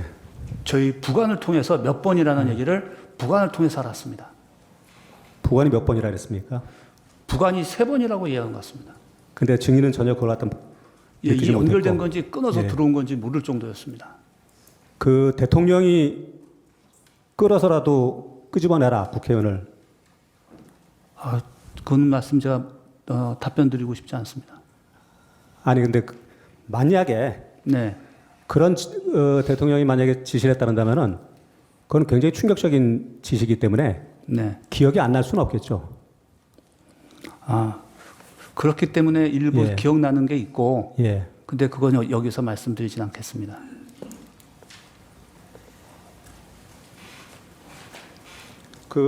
가정적으로 한마디만 더 물어보겠습니다. 만약에 그런 진짜 지시가 있었다는다면은 네. 증인이 그 상황에서 예 시키는 대로 하겠습니다. 계엄 중이니까 그렇게 답을 했을 것 같습니까? 아니면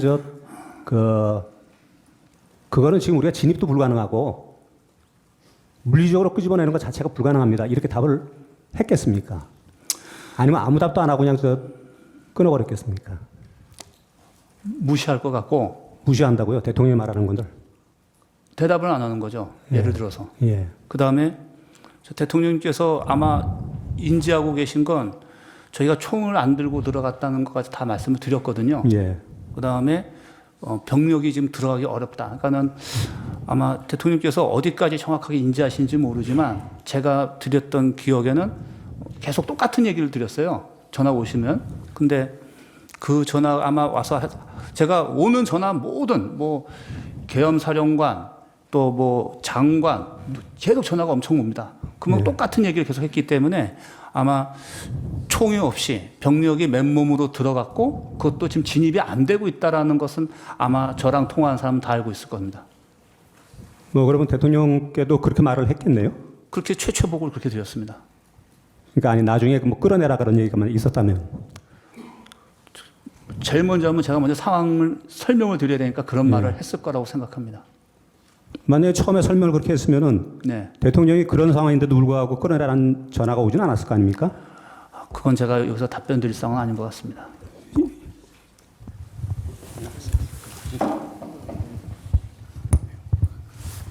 이상 마치겠습니다. 네. 정영식 재판관님이 질문하시겠습니다. 예. 증인 그날 상황이 하도 복잡하고 정신이 없어서 기억을 제대로 못하는 것도 있고 또 일부는 지금 현재 재판을 받고 있으니 이제 그 사건에서 본인이 문제가 될 수도 있으니까 여기서 진술을 함부로 하기가 어렵다는 것은 이해를 합니다. 그런데 이 사건에서 얘기를 해도 예를 들자면 여기서 기억이 나는 것 중에 일부를 얘기를 한다고 그래서 그 부분이 진실이고 증인이 기억나는 대로만 진술했으면 그게 아무런 문제가 없어요. 다른 사건에서도 당연하겠죠. 그거는 여기서 거짓말을 얘기한다거나 혹시 복잡한 얘기를 하다 보면 말이 왜곡될 수 있으니까 그렇지만 그래서 제가 지금 계속 이제 아까 일부 대통령 전화 받으면서 답변한 내용을 일부 반대신문에서 답변을 하셨어요. 그런데 이제 나머지 부분에 대해서는 답변을 하지 않겠다고 하셨는데 이제 진술 상황이 굉장히 복잡하니까 그럴 수는 있습니다. 그래서 제가 묻는 거는 대통령하고 통화한 건 분명히 맞지 않습니까? 그죠? 그렇습니다. 예. 그러면 대통령하고 통화할 때 지금 상황에서 그때가 아니고요. 옛날에 어떻게 얘기했던 걸 다 떠나서 지금 상황에서 머릿속에 기억이 나는 단어들이 있습니까? 지금 있습니다. 상황에서 기억나는 단어들을 예. 말을 해줄 수가 있겠습니까? 여기서 그걸 답변드리기가 제한이 됩니다. 있기는 있는데 네. 그거를 답변하기는 곤란하겠다. 네. 예, 알겠습니다. 이상입니다.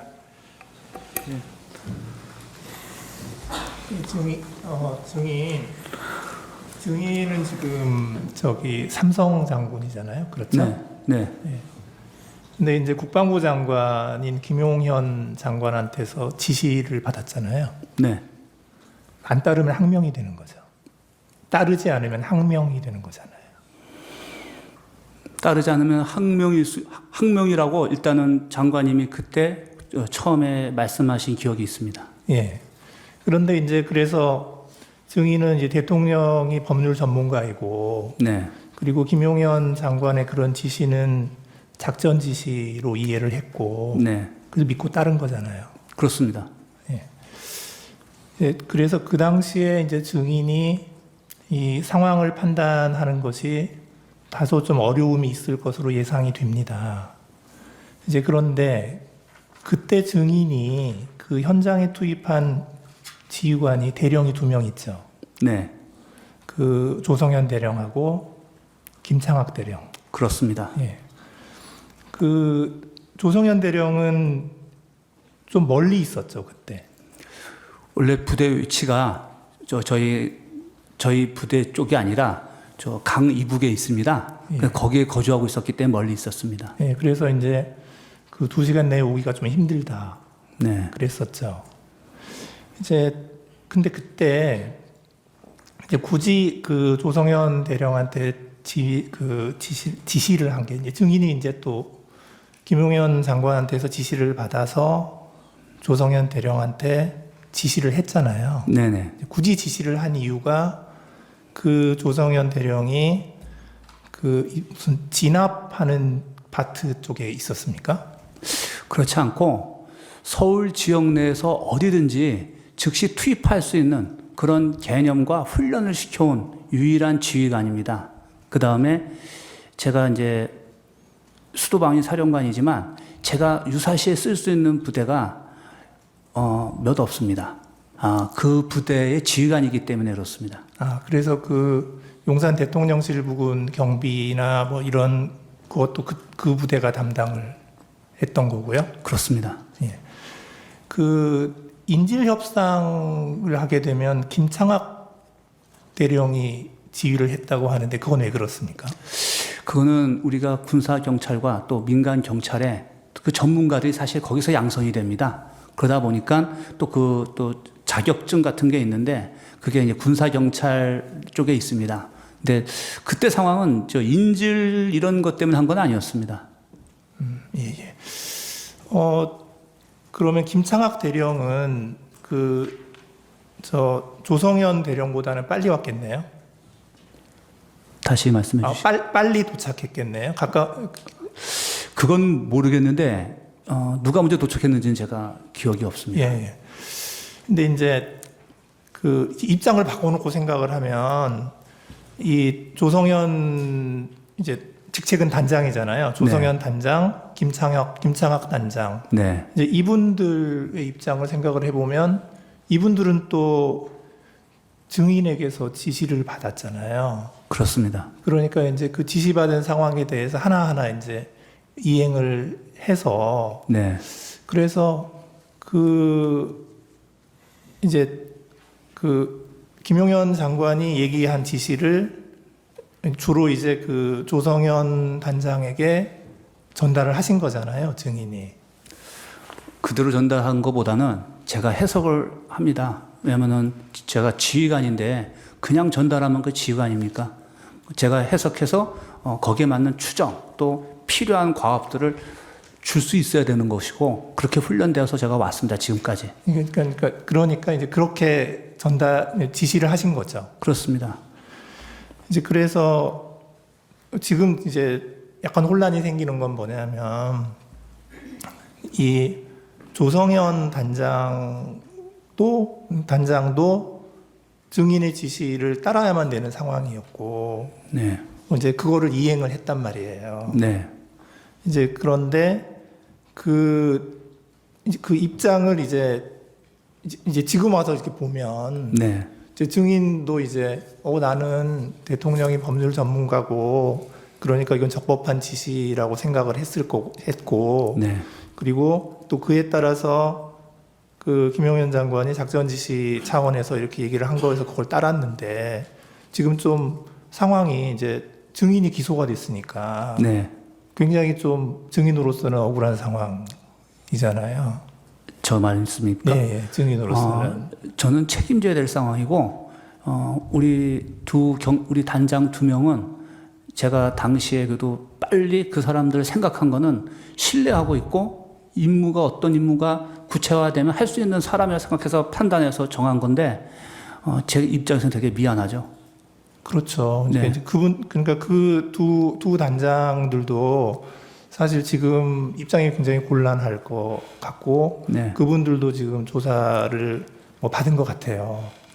네, 그래서 이제 결국 그 이제 증인의 재판에 같은 데에서 이제 그 단장 두 명의 그 진술도 증거로 사용될 것 같고, 예, 그 입장은 똑같거든요. 지금은 대통령에 대한 탄핵 재판이지만 여기에서는 증인의 진술을 지금 증거로 쓰기 위해서 지금 오늘 증인으로 나오신 거거든요.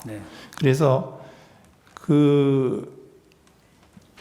그러니까 이런 이제 군인으로서 이런 상황에서 이제 그 증인이 이제 이거를 많이 잘못했다. 지금 이거를 따지는 것이 아니고, 지금 여기는 지금 탄핵 재판이니까. 예. 그래서 저는 이제 일단 대통령, 그 다음에 국방부 장관 김용현, 그 다음에 이제 수방사령관인 증인, 그리고 증인의 지휘를 받는 그 단장 2사람, 이런 것들이 쭉 이렇게 내려오면서 서로 좀 곤란한 입장이 지금 된 것 같거든요. 그래서 지금 이 자리에서 증인이 좀 증언하기 어렵다고 하는 거를 굳이 이야기를 하라고 말씀은 드리기가 어려울 것 같고, 이제 다만 증인의 그 지시를 받은 그런 단장들도 똑같은 상황이 되어서 좀 그 입장도 좀 생각을 하셔야 될 것 같거든요. 네, 그거만 좀 말씀을 드립니다. 알겠습니다. 네, 이상입니다. 다른 분이 있나요? 네. 그러면 제가 한 가지만 물어보겠습니다. 네. 정인이 저 수사기관에서 조사를 받았잖아요. 네. 그때 변호인을 선임하셨나요? 변호인을 선임하고 나서 조사받기 시작했습니다. 변호사님 성함이 어떻게 되나요? 우리 김인원 변호사님을 포함해서 여러분이 있습니다. 그러면 이렇게 물어볼게요. 오늘 저 나오신 변호사님도 포함되나요? 그렇습니다. 대표십니다. 예. 오늘 나오신 분 성함이 무엇이든가요? 김인원 변호사님이십니다. 예, 정인 수고하셨고요. 예, 돌아가셔도 좋습니다. 네. 예.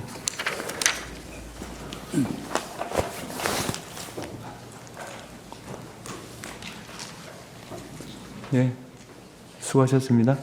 정인 신문 절차 종료에 관해서 의견 진술 기회를 드리기로 했으니까 그 청구인 측 소추위원 진술할 기회를 드리겠습니다. 네, 뭐 특별히 없습니다만 증인이 그동안 검찰에서 조사를 받으면서 그때도 초반에는 기억이 안 난다는 취지로 진술을 하다가 지금 이름 나온 그 군인들이나 부관 진술, 부관이 또 그런 진술을 하게 된 경위 이런 것들을 검사나 군검사가 설명을 하니까 본인이 그때 기억이 되살아나는 부분도 있고 그 사람들이 거짓말할 이유가 없다라는 걸 본인도 누구보다 잘 알고 있는 사람이기 때문에 그래서 다 인정을 했던 그런 경위가 있습니다. 그런 부분 참조해 주시기 예, 아니 소추위원께 기회를 드리는 겁니다. 피청구인 본인께 기회를 드리기 위해서 따로 하실 말씀 없으시죠? 예, 피청구인 본인께 진술 기회를 드리겠습니다. 예, 정의신문과 관련해서요. 그래서 저는 일반적으로 좀 한번 말씀을 드리고 싶습니다. 우리가 이제 어떤 탄핵 사건이 이런 다른 뭐 범죄 형사 사건하고는 조금 다릅니다만은 뭐 실제 어떤 일어난 일, 예를 들면 정치인들을 뭐 체포했다든지 또 누구를 끌어냈다든지 뭐 어떤 그런 비위 내지는 이런 어떤 일들이 실제 발생을 했고 또는 현실적으로 발생할 그 일을 할 만한 가능성이 굉장히 높을 때 이것이 어떤 경위로 이렇게 된 건지 뭐 누가 지시를 했고 뭐 이렇게 보통 수사나 재판에서 얘기가 되는데 이번 그 사건을 보면은 실제 아무런 일도 일어나지 않았는데 뭐 지시를 했니, 지시를 받았니, 뭐 이런 얘기들이 마치 그 어떤 호수 위에 떠 있는 달그림자 같은 거를 쫓아가는 그런 느낌을 좀 많이 받았고요.